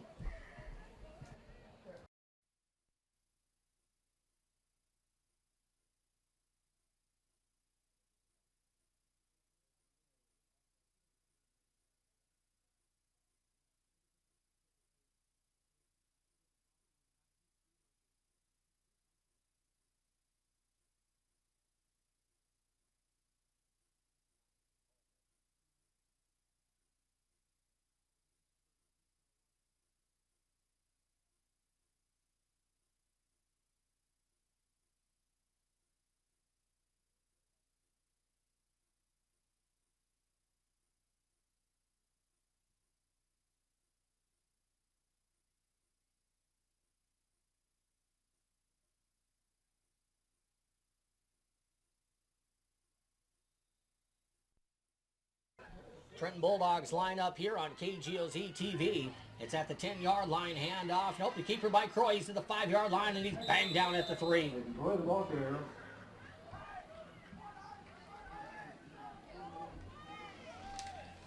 Jaden Watt run the defense.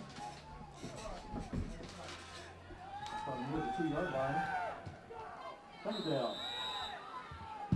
A 7-yard run by Lathan Croy while we were away has it first and goal. Trenton from the 3. Keeper by Croy after the fake to Berkebile, and Lathan's going to go in for the score.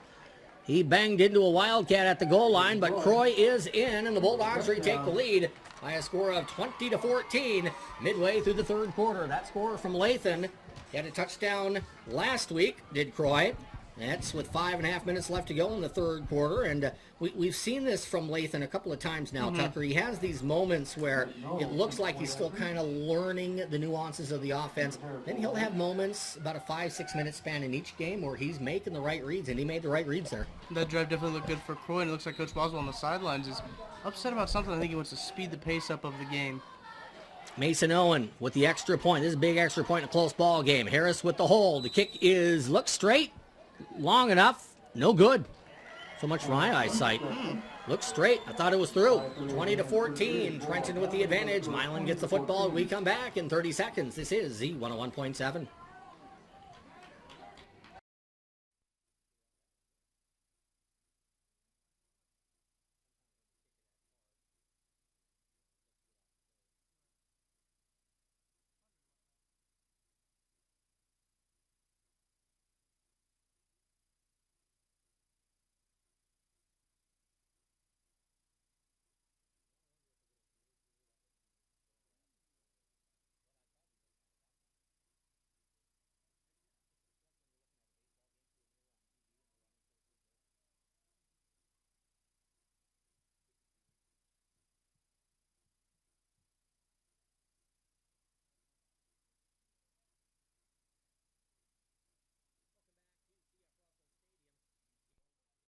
Trenton retakes the lead. It seems like that whenever a team gets momentum, it will probably be lost within 5 minutes. It's been back and forth all night long. So it's at that crucial point of the ball game now for Milan. Wildcats trying to find a way to get that elusive first victory of the season, and how Milan responds to this touchdown is going to have a lot to say with who wins by the end of the night. I'd have to agree with you here. It's been one of those games. It's just been a crazy game where the momentum changes. It seems like every 5 minutes, like you said, but Trenton has the momentum on their side right now. Let's see what they can do with it. Booting the football away will be Owen. Watts back deep to return. The ball's driven right toward Jaden. Dangerous kick returner for the green and gold. He's back to the 20. Head of steam to the 30, and he's hit right before the 30. I was premature in saying he got to the 30. He got to the 27. I don't mind that one bit for my kick returner, though. Jaden, if you got speed and athletic ability, Jaden Watts, he just put his head down. He was not going to juke, and he said, I'm going to try to hit that hole right between it. And if I do, I'm going 90 yards and a touchdown. I looked like Jaron King was actually the first to make contact on the play. They both hit running at full speed. Looked like quite a collision. And it looked like the returner actually put his foot down at about the 1 yard line to take his plant and cut. So it was a good kick by Mason Owen. Jaron did make a clean tackle, but he slowed him down. Yeah. Which is sometimes all you need to do. You slow him down, then you get the cavalry coming to help you. First and 10, Milan from the 28-yard line. The freshman quarterback, Ryan Dabney. Split backs behind him. Hands it off. Pagan. And not much there. Trenton's defense continues to show a little bit better than they did early. Isaiah Kuhn right in the middle of that tackle. That's where Kuhn's tough. When you're able to move sliding to the rights with Kuhn and not necessarily just clog up a hole, that's where Isaiah becomes very effective. He's had some good showing so far, definitely plugging up the middle, bouncing runners out to the outside to the edge players so they can make tackles, but that's a lot of the things you don't see when you're just casually watching a football game. Is the D-line does a lot to get the linebackers tackles. Second down and 9 for the Wildcats. Tight formation, double tight. Dabney hands it off. Watts looking for the cutback. Flag on the play as he's going to be dropped at the 33-yard line. Did a good job of getting 4 yards after first contact. We'll have to see about this flag. Looks like it'll be holding. You saw number 42, Connor Bankus, on top of Mason Owen, and then watch the back judge throw the flag, and it almost hit Bankus right in the back of the head. So when you're running, you can talk about this as an offensive lineman from last year. It's one thing to block straight ahead. If you got Knapp or you got Berkey Bell coming right up your backside. If you're running diagonally and then you're looking for the cutback, tougher to block and not block in the back on those plays because the angle's working against you. You're trying to do whatever you can to get your guy to score. So that's really what you want to do. And it honestly, what they just called in the call here, it looked like blocking below the waist. So it'll actually be a personal foul and back him up 15 yards. Which is almost the same deal as, you could almost consider that a chop block. Yeah. It's even if it's not a chop block, it's the same penalty. It's 15 yards. And we mentioned earlier tonight that when you're a running football team, and both these teams are 10-yard penalties, holding penalties are drive killers. Right. 15 yards. Now you get to the point that Milan's way behind the sticks. You're almost going to have to throw it in this situation. Here's where you go, quick math. Milan needs to get it at the 38, and the ball's at the 15. 2nd and 23. Dabney hands it off through the middle. There. This is where, if you're Coach Dabney, too, you got a freshman quarterback. And I'm sure he has confidence in his boy, but still a freshman. There are not a lot of plays in the Milan playbook that are going to pick up 3rd and 22. I think you almost have to take your medicine here and just... Yes, I was going to say the same thing. You play field position and you say, okay, defense, we're down 6. We need a stop from you guys. We need it. You need to show that you trust in your defense in these situations like this. So that's Milan's side of it. Trenton's side is you got Milan backed way up. It's 3rd and over 20, say about 3rd and 22. Trenton gets a stop here. Bulldogs get great field position. You can get a 2-score lead potentially. Here's the run, moving out right side, and Trenton is all over it. There's Mason Owen. He did not let the running back, Jaden Watts, get out wide. He brought Watts down all the way back at the 15-yard line. Forward momentum will probably have him. No, I said 15, should have said 10. Forward momentum to the 11. So Trenton's defense here, if Trenton gets points on this drive, look right back at the Trenton defense and what they just did. Jaden Whitney was also in on that play. The outside linebacker came in and helped get the stop there. Moreno to kick the ball away, and as the ball was snapped, flag on the play. Okay, the last thing you want here, and I don't know who the flag is against. Looks like it's going to be against Milan. My thought was, if you're Trenton, there are penalties that you can commit on 4th down and whatever it is. The ball's at the 6, so it's 4th down and 32. Right. There are penalties that get an automatic 1st down. You erase those from any possibility if you're Trenton. You don't want those. I want to see Trenton bring some heat here on this punt. See if they can force something. Deep in his own end zone, about 4 yards or 7 yards back is Moreno. Here comes the punt, almost blocked by Cott. Moreno got it out of there. It sidewinds its way to the 25 to the 30, and it's going to roll to the 32. So Trenton gets great field position. You can look at a 15-yard blocking below the waist penalty against Milan, and Trenton defense really standing up there on the run. And now it really has the feel. And I go by feel a lot in calling the ball game. If Trenton scores here, the game is not over. No. But it's a big step in the Bulldogs getting a victory on homecoming night. It'll be tough. It's always hard to come back from a two-score deficit, and you're running down late in the 3rd quarter, starting the 4th quarter. You still have a quarter left to play, but two-score deficits are always tough. Milan gave up back-to-back scores to Trenton in the 2nd quarter and survived. I don't know if Milan can do it if it happens in the 3rd, so we'll see what happens here. Sibbett goes in motion, misdirection.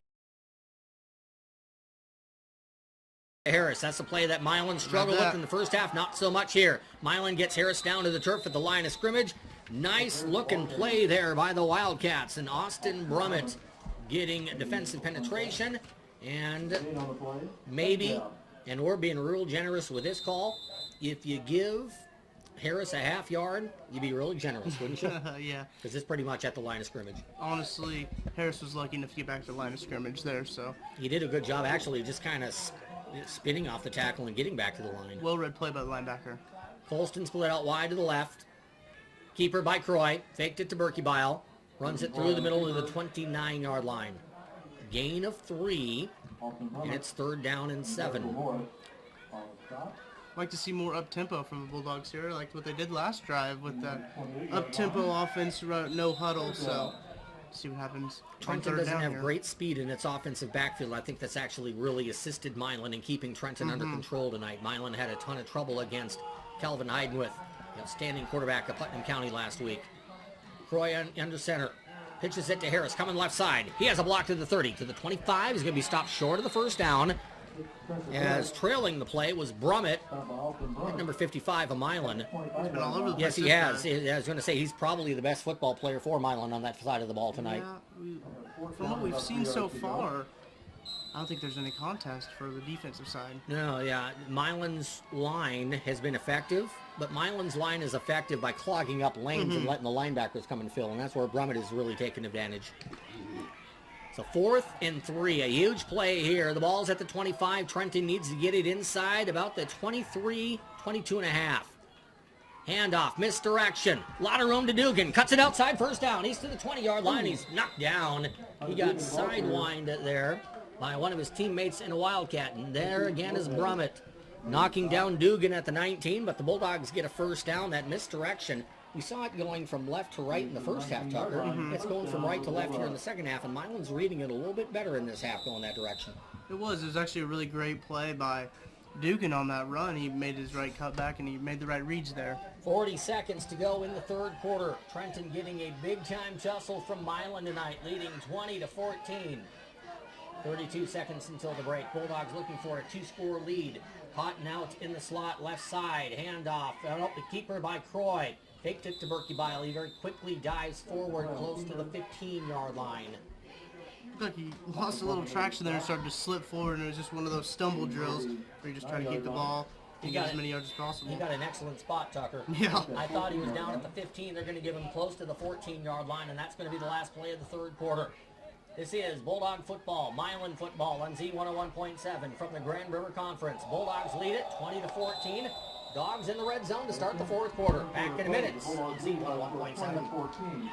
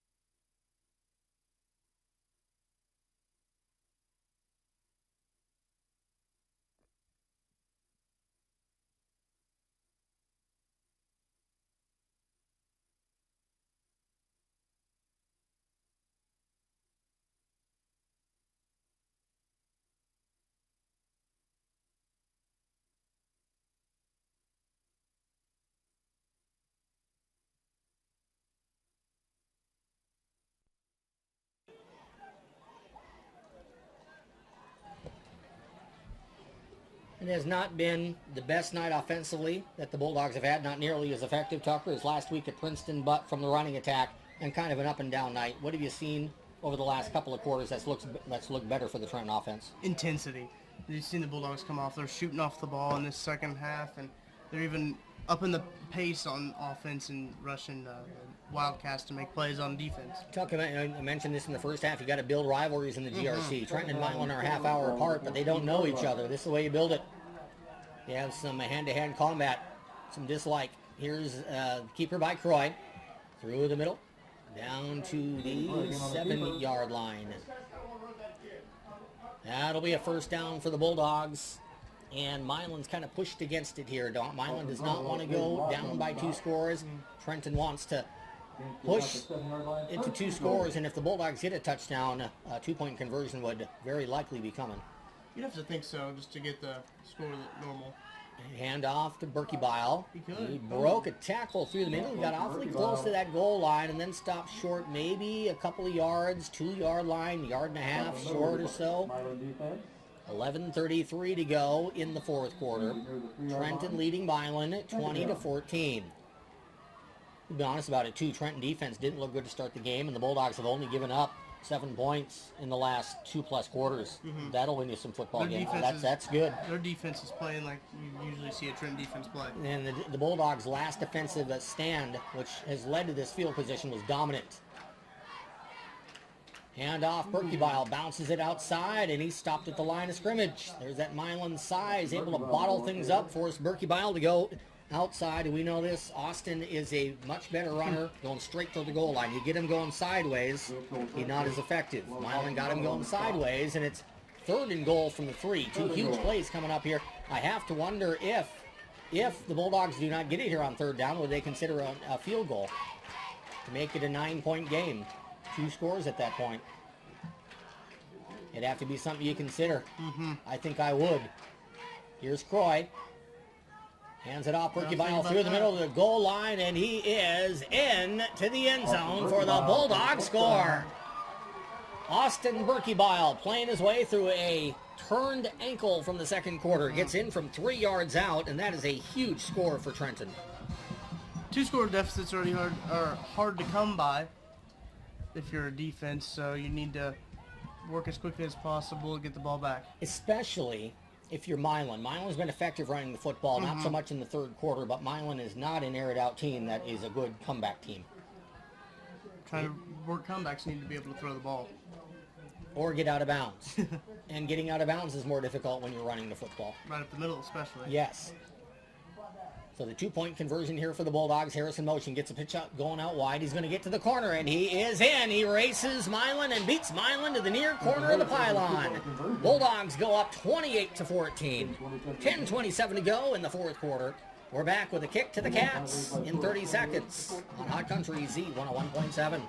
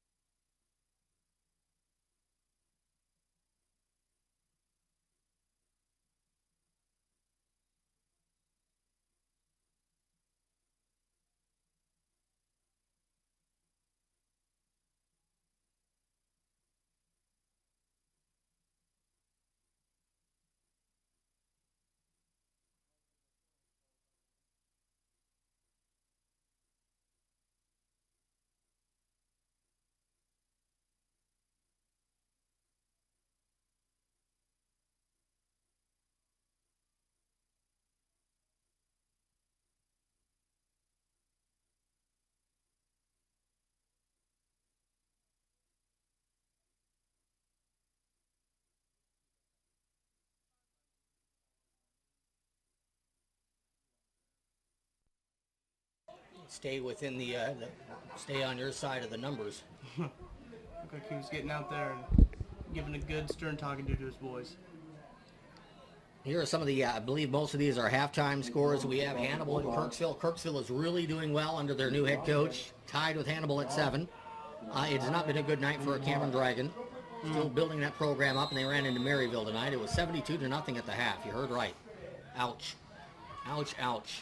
72-0 Maryville at the half. North Andrew leading Sedalia at Sacred Heart 50-12. Stanberry over Pattonsburg 50-12. Platte Valley over North Shelby 23-14. Here's the kick to Watts. Grabs it against the grass 15-20. Gets some room through the middle of the 30, and he scoots his way out to the 34-yard line. And Watts, I think he's the quickest of the Wildcat backs. He really has good quickness returning that football for Milan. Special teams tackle made by Carson Radcliffe. I keep saying Radcliffe over and over. Those boys are doing good as underclassmen for this program. I know it. Watts almost looks like he's a stocky, short guy. He looks like he's strong, but he's built low to the ground, and he just flies. Reminds me kind of Reed McBroom. A little bit, oh. From Brookfield, not as strong as a runner, but body type. I kept thinking watching Reed McBroom at Brookfield that night. He looked like a freight train, honestly. It almost looked unfair to have a guy that big with that much speed. Oh, yeah. He was good. And Trenton had a rough night in districts that night down at Burlington Field. There's a run through the middle for Milan, and the Wildcats are finding extremely tough sledding now against an inspired Trenton run defense. That run got a yard on a little oomph forward. Ball to the 36-yard line. I'm trying to figure out how you got a yard. No, I don't. Well, the yard marker's at the 35, or the first down marker, and the yard marker's at the 36. Looks like it was a generous yard. Yeah, it's more like 3/4 of the yard that we're rounding up. But nevertheless, a good run stop there by the Bulldogs. Dabney under center, power shown right side of the left side of the Milan line. Handoff goes to Pagan, and he's hit low. Flag on the play as he's going to be stopped for a loss. That's what you do against a big, powerful back. You hit him right in the thighs. And then you get, what's the word? Swarm? Yeah. The swarm is the favorite word of every defensive coordinator in the history of football. Holding Milan. Holds that run.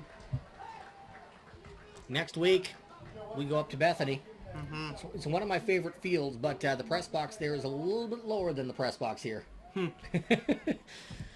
I'd have to say, I'm not 100% sure, don't quote me on this, but I think that's actually South Harrison's homecoming game. Probably is. Yeah. Yeah, and I said on Football Frenzy tonight, when you get to week 4, 5, 6, Yeah. you don't play your homecoming games week 1, and you don't play in week 8 and 9.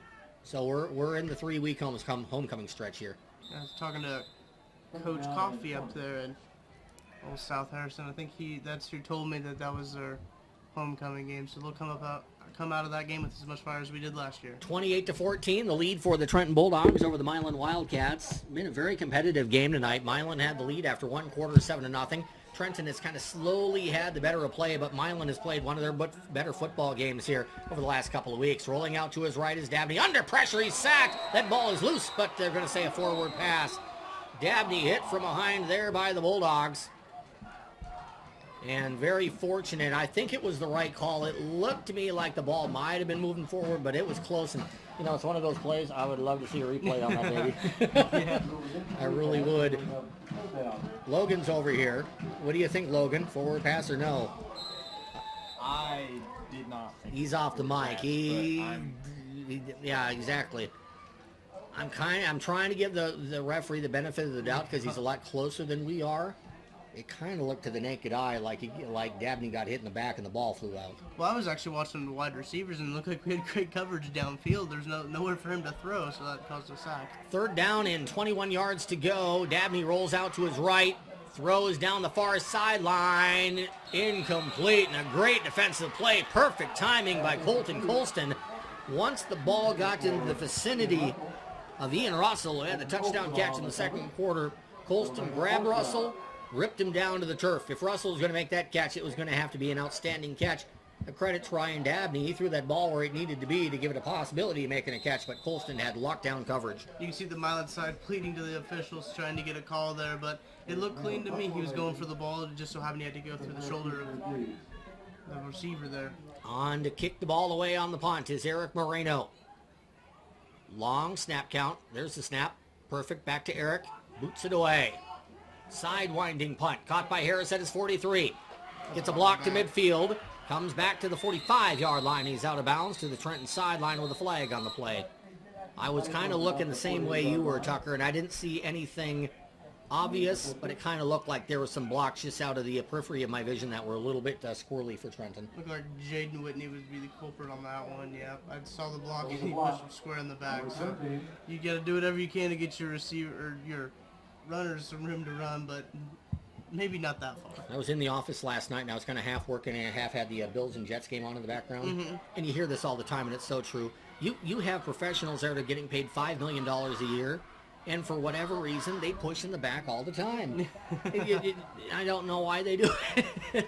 I can understand high school games that you make a mistake, you're a young kid, it happens. But yeah, it happens in college. How often do you see on a kick return a push in the back? Well, it's really just that competitive nature coming out. You just want to do whatever you can to get those points, so then sometimes it just takes over and you do something illegal. Well, I'm sure sometimes you think, too, I might get away with it.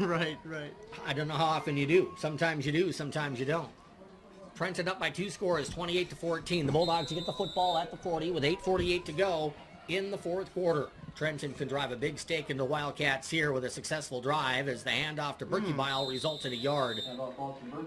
As much as we saw Austin Berkebile shed tackles and then go for 80 last week, it's been no shed tackles and go for about a yard or two tonight. Milan's done well against number 27. They've really been able to read Burke well this week, and I've been watching a lot of Princeton film. Watch him run all over the Tigers out there. But Coach Dabney's one of the best football coaches around. If you watch the tape and you see a guy go 373 and 5 touchdowns, he's saying, gotta do something about him. Win or lose, we're not going to let that guy beat us. Mm-hmm. 2nd down and 9 from the 41-yard line. Croy, keeper. Ooh. And he gets chopped down at the 44-yard line. And flags fly in earnest on that play. You got 3 of them. Something, I think, away from the football that the referee saw. I think it's against Milan. At least Trenton's reacting like it is. Every once in a while, too, we can kind of hear some extracurriculars. That's kind of a good extracurricular. 15-yard penalty against Milan. I'm going to guess for a late hit or something. So there's something really obvious that the referee saw. I'm sure you heard Mason Owen trying to get his guys fired up there.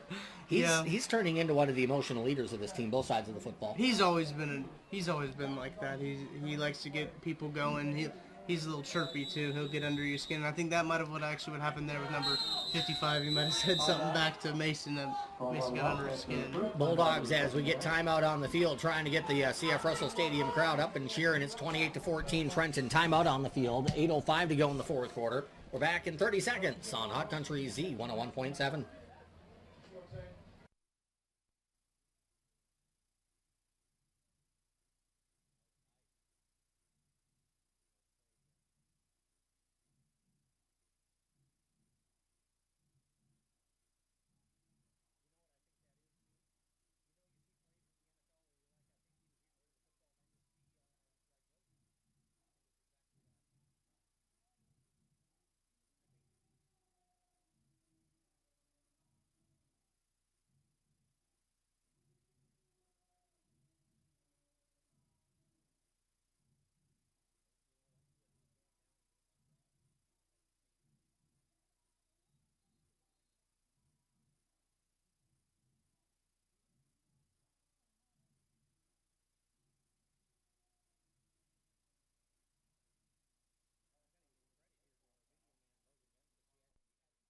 That we couldn't tell if it was a fumble or a throw forward. Clearly a fumble earlier when Dabney was hitting the back. It looked like Ryan, when he was falling to the turf, tried to throw the ball forward, kind of underhanded sidearm. So that might have been what saved him on that play, but it was kind of blocked from our vision, so I couldn't tell. But interesting call there for the referees a few minutes ago. 1st and 10 for the Bulldogs, as the pass will go into the flat. Caught by Harris. He has room to the 35-yard line, and he's going to be brought down at the 32, about a yard short of the first down. Personally, I like that play call there, especially with the dual wide receivers out to the left. You can see the cornerback sagging off that second receiver in the slot. This is KGOZ, Gallatin, Chillicothe, just gone past 9 o'clock here at CF Russell Stadium. Croy with the keeper, off the fake to Berkebile, through the middle, he's to the 25-yard line and gets hurdled down to the 23. Quinn Doak on the stop. Quinn Doak on the tackle, one of the fine basketball players over at Milan. Milan, a basketball program that has been kind of down in the dumps for about a decade, boys basketball. They have this group of 9th and 10th graders. Good football players, a lot of them injured, but they're good basketball players, and they're going to be really good, really quick in the GRC. Hand off, Berkebile through the middle. He fumbled the football. Oh, he went down really awkwardly. Ouch. Yeah, there was a fumble by Berkebile. Austin kind of got bent over there like an accordion. He was kind of down on his backside after fumbling that football, and he had about 2 Milan guys just jump on his back and really stretch out his groin and his legs and his hamstrings, and he's obviously more flexible than I. I'd be going to Wright Memorial if that happened to me. That would be a big ouch, but that's a fumble, and it's picked up by Milan for Trenton's second turnover of the night. And I don't think there's been one. Trenton defense hasn't forced a turnover yet. And I'm not so sure that Croy didn't get the handoff to him actually, and it looked like Burke was talking to Croy when they switched into defense, tell him where to put it. Biggest thing on the to-do list for Trenton's offense. Mesh point. Yep, fixing the mesh points. There's a little bit of the Milan we saw in the first quarter. Jaden Watts getting the ball, running it straight through the middle of the Trenton defense for a quick burst of 7 up to the 30-yard line. 2-score game here, Tucker, and there's still, you kind of have the feeling here that there's 2 or 3 minutes left, and Trenton has this one in the bag. That they don't. There's 7 minutes exactly left to go, and it's a 2-score game. Milan gets a score here, gets a 3 and out. You never know. Go for the onside kick. So it's a 2-score game where time is a factor, but Milan does have the football. Run through the middle and straight ahead, power running for the Wildcats out to the 41-yard line. It took about half of the city of Trenton to bring down the running back there for Milan, as that is a first down carry, and an impressive carry at that by Jaden Watts. 42-yard line, 1st and 10 for the Wildcats. Let me tell you this about Watts. If he gets his shoulder pads moving toward the goal line, you got to get a lot of guys to get him down. Big, strong senior. Played a lot of football for this Milan program. See, that fumble was a big momentum shifter. Now you got Milan firing off the ball, and Trenton's getting back on their heels. 1st and 10 Wildcats. Timeout, Bulldogs. We'll take it with you. We're back in a minute to CF Russell Stadium. This is Z 101.7. Their first time out of the second half.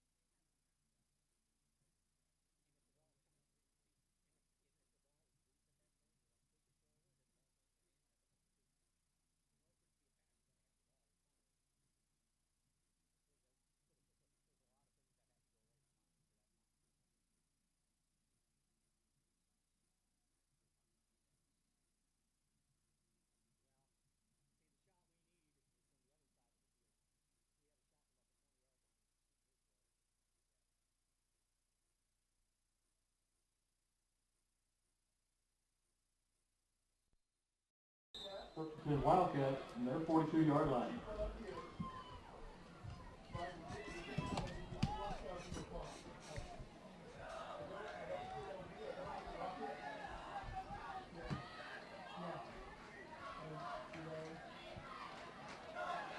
Jamuel Pagan on the sweep play that Coach Dabney loves, and we haven't seen a whole lot of tonight.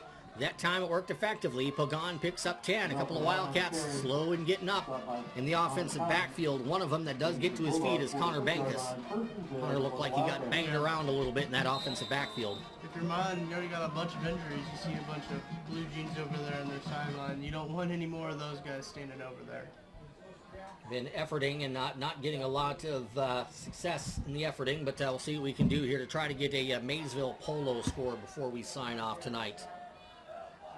And I don't need to tell you at home, looking for scores and doing play-by-play is a near impossibility, so try to do what we can. As Milan again tests the Trenton middle, finding a little bit more success. Here's Watts again for that gain of 4. It'll be 2nd down and 6 for the Wildcats. 42-yard line. Just seems that Milan will have these spurts where they just, for the lack of a better term, they kind of man up. And, you know, Trenton will kind of have that line of scrimmage, and then Milan will get back to line of scrimmage. And as good as Watts has been tonight, give some credit to that Milan offensive line. They've been beleaguered, and they've held up well against a good Trenton defensive line tonight. Yeah, it seems like everything just clicks on the possession. Here's the handoff. Pagan around the right side. Trenton a little bit weak on that side. Flag on the play as Pagan gets the corner, and he's down to the 30-yard line for what'll sit as a gain of 13 and a 1st down, but it may be coming back. It looked like it hit defensive lineman Mason Owen right in the leg. So yeah, Mason's over there looking right at the bench going holding. They held me. So Milan called for the 10-yard penalty. That'll hurt. Royals are up. They're playing Chicago, I believe, tonight. Does that sound right? Looks like a Chicago uniform. Yeah, 4-2. I'm just kind of happy to say the Royals are up. Oh, my goodness. Maybe it's because Oakland's out of town. Rough series with the A's. Not very many close games in that one. Oakland must have had memories of that wild card game from 2 years I tell you ago. what. They were gnarly. They were not nice to the Royals over the last 4 nights. The rough games to watch. Got to see Terrence Score play a little bit in outfield, though. So hey, I like watching Terrence Score play. Yeah. That guy is entertaining. Okay, back to what I was looking for here. We'll see if we can find anything at all here on that Maysville Polo game. Again, as Trenton can hold on here and win, the winner of Maysville Polo and Trenton would be tied at 3-3 or 3-0 atop the GRC 11-man. 2nd down and 16 for the Wildcats. Pagan trying to test that right side. That time Trenton stretched out the play and knocked Pagan into the Milan bench. That sweep play, we haven't seen it a ton from Milan, but it's been effective for Milan getting outside against the Bulldogs. And on that play, the Bulldogs did, I thought, their best job of the night is stringing out the play and not letting Pagan turn that corner. The Trenton defense just have a reputation of having weak edges, and they've tried to exploit them, but they're starting to stiffen up here in the second half, and even, I'd start to say the second quarter, they started to stiffen up when they started to stop the run game, even up the middle. I'm going to go right to the source here and see if it, nope. It's kind of depressing when you look for a source and it has the last things they've sent out as a softball score. There's Dabney rolling out to his left. Bulldog coaching staff wanted a false start. They might have missed that one. Passing the flat, incomplete. Good pass. It hit Eric Moreno right in the shoulder pad. We have a flag back at the 45-yard line. Was there a late hit or something there? I was not watching the play there after the throw, but a flag right in the area where Dabney let go of that football. There was a false start there against Milan, too. The left side tight end moved, and referees just plain missed it. Mm-hmm.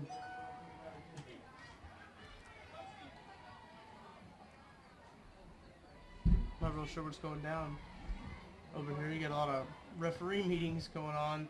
Coach Buzz on the sidelines kind of wincing. There's our score. So I said all week long, Tucker, that's... And I said this last night on Dog Bites. I put my life savings on the fact that Maysville and Polo would not score 126 like they did last year when it was 66-60. Yeah.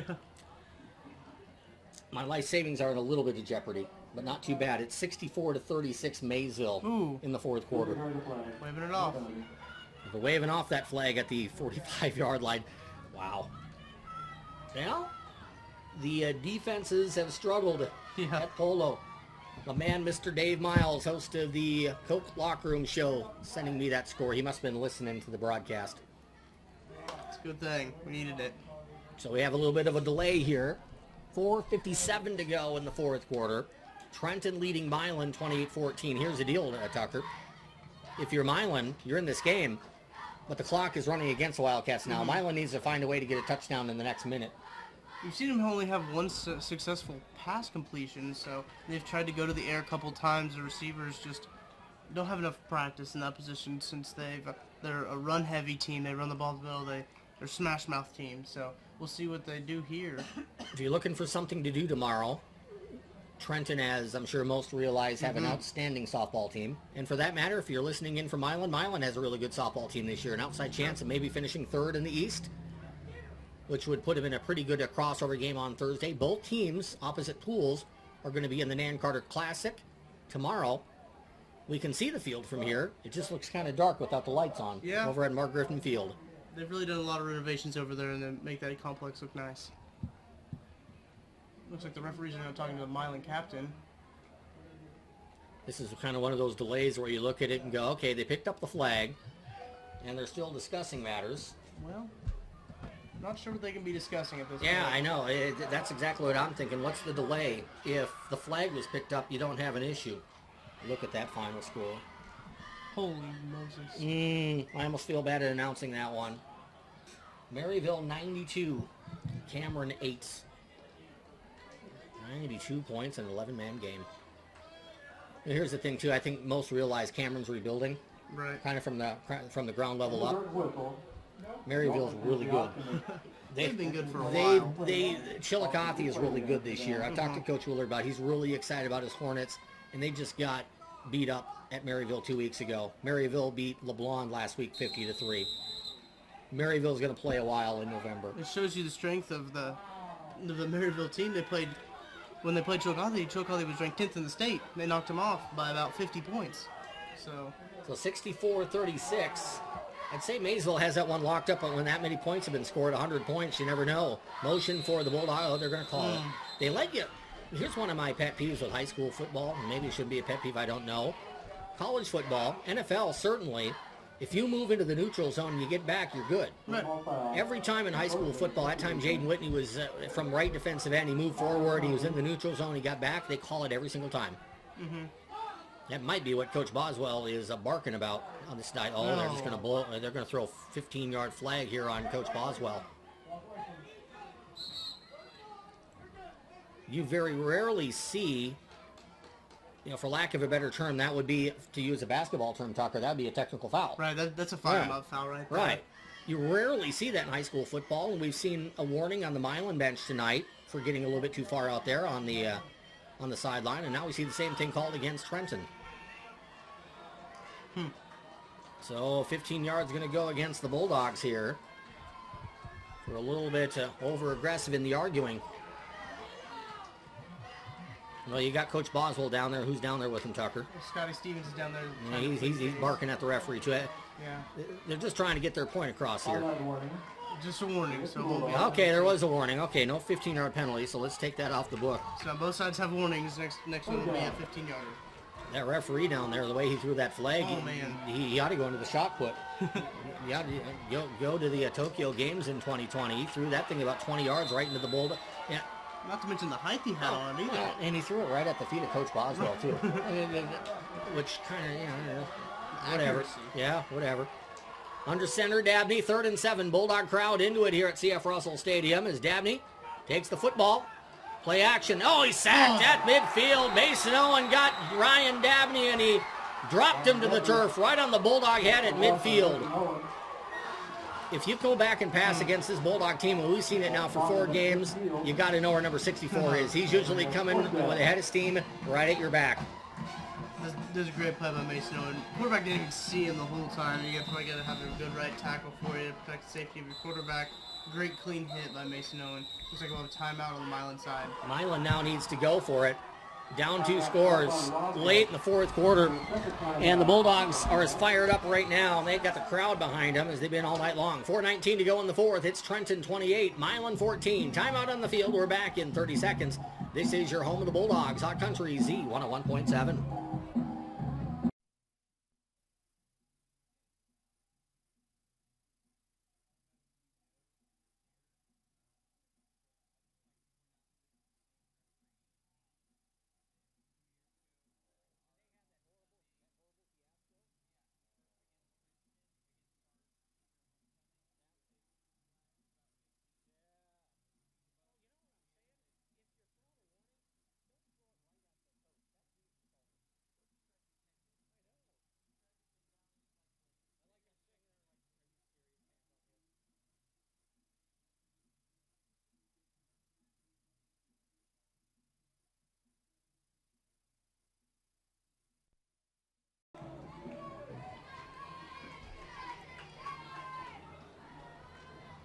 This could be the game right here, Tucker. If you're Trenton and you can get a stop on 4th and 14, you can conceivably at least get a first down or two and maybe not get rid of the whole clock, but you can get enough of it that Milan's going to have a heck of a time trying to get 2 scores in a minute and a half or a minute.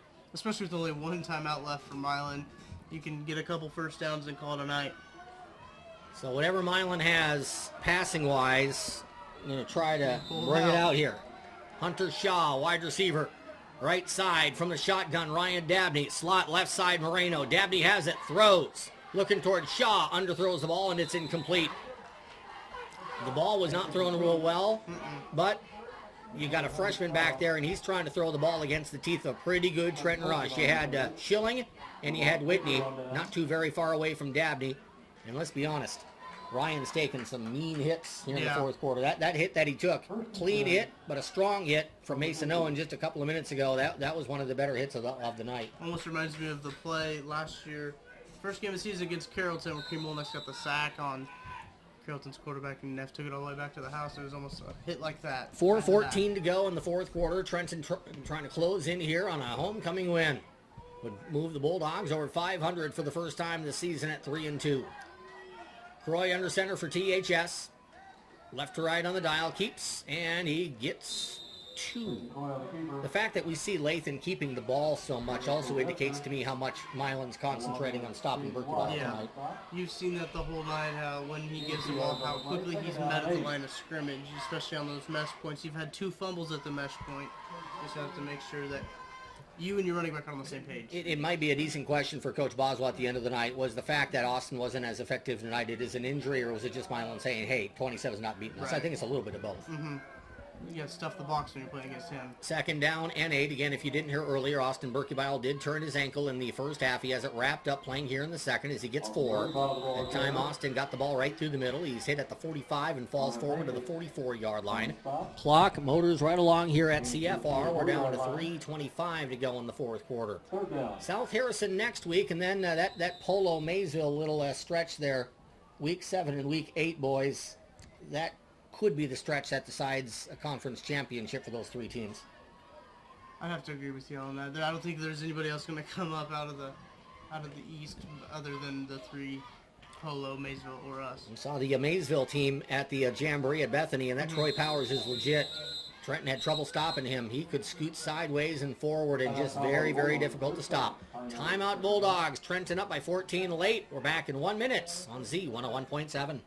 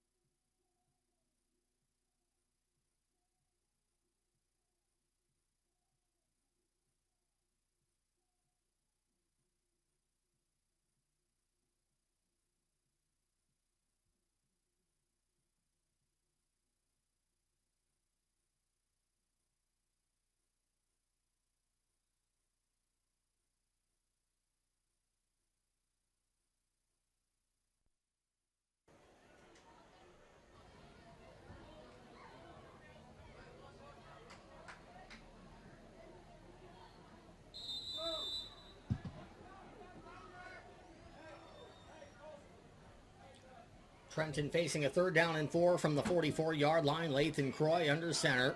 Now steps to take the snap. Pitches it out wide to Harris. Here come the Wildcats. They got Spencer in the backfield. Milan came all out there to get to Spencer Harris, and Jaden Watts made a fine play from his linebacker position. Pretty sure that Jaden's going to be all GRC, and I think he's probably going to be there. Good of a running back he is. Running back's pretty stacked in this league.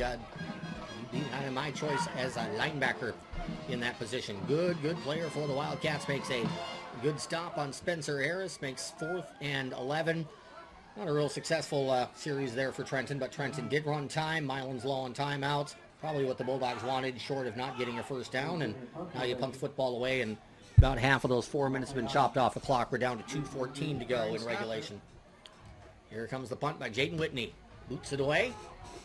It turns over at the 15. Great punt. To the 10, and not willing to come up there and grab that ball for Milan was Pagan. And ball's going to roll to the 5. Down 1 or 2 inside minutes. 5-yard line. So I'd say Milan here is between the rock and the proverbial hard place. 1:59 to go in the fourth quarter, and Milan needs 95 yards to get within one score. Then needs an onside kick to get the ball back for a second score. It's not impossible. No, I was going to say, is it possible? Yes. Is it hard to do? Yes, big yes. 28-14.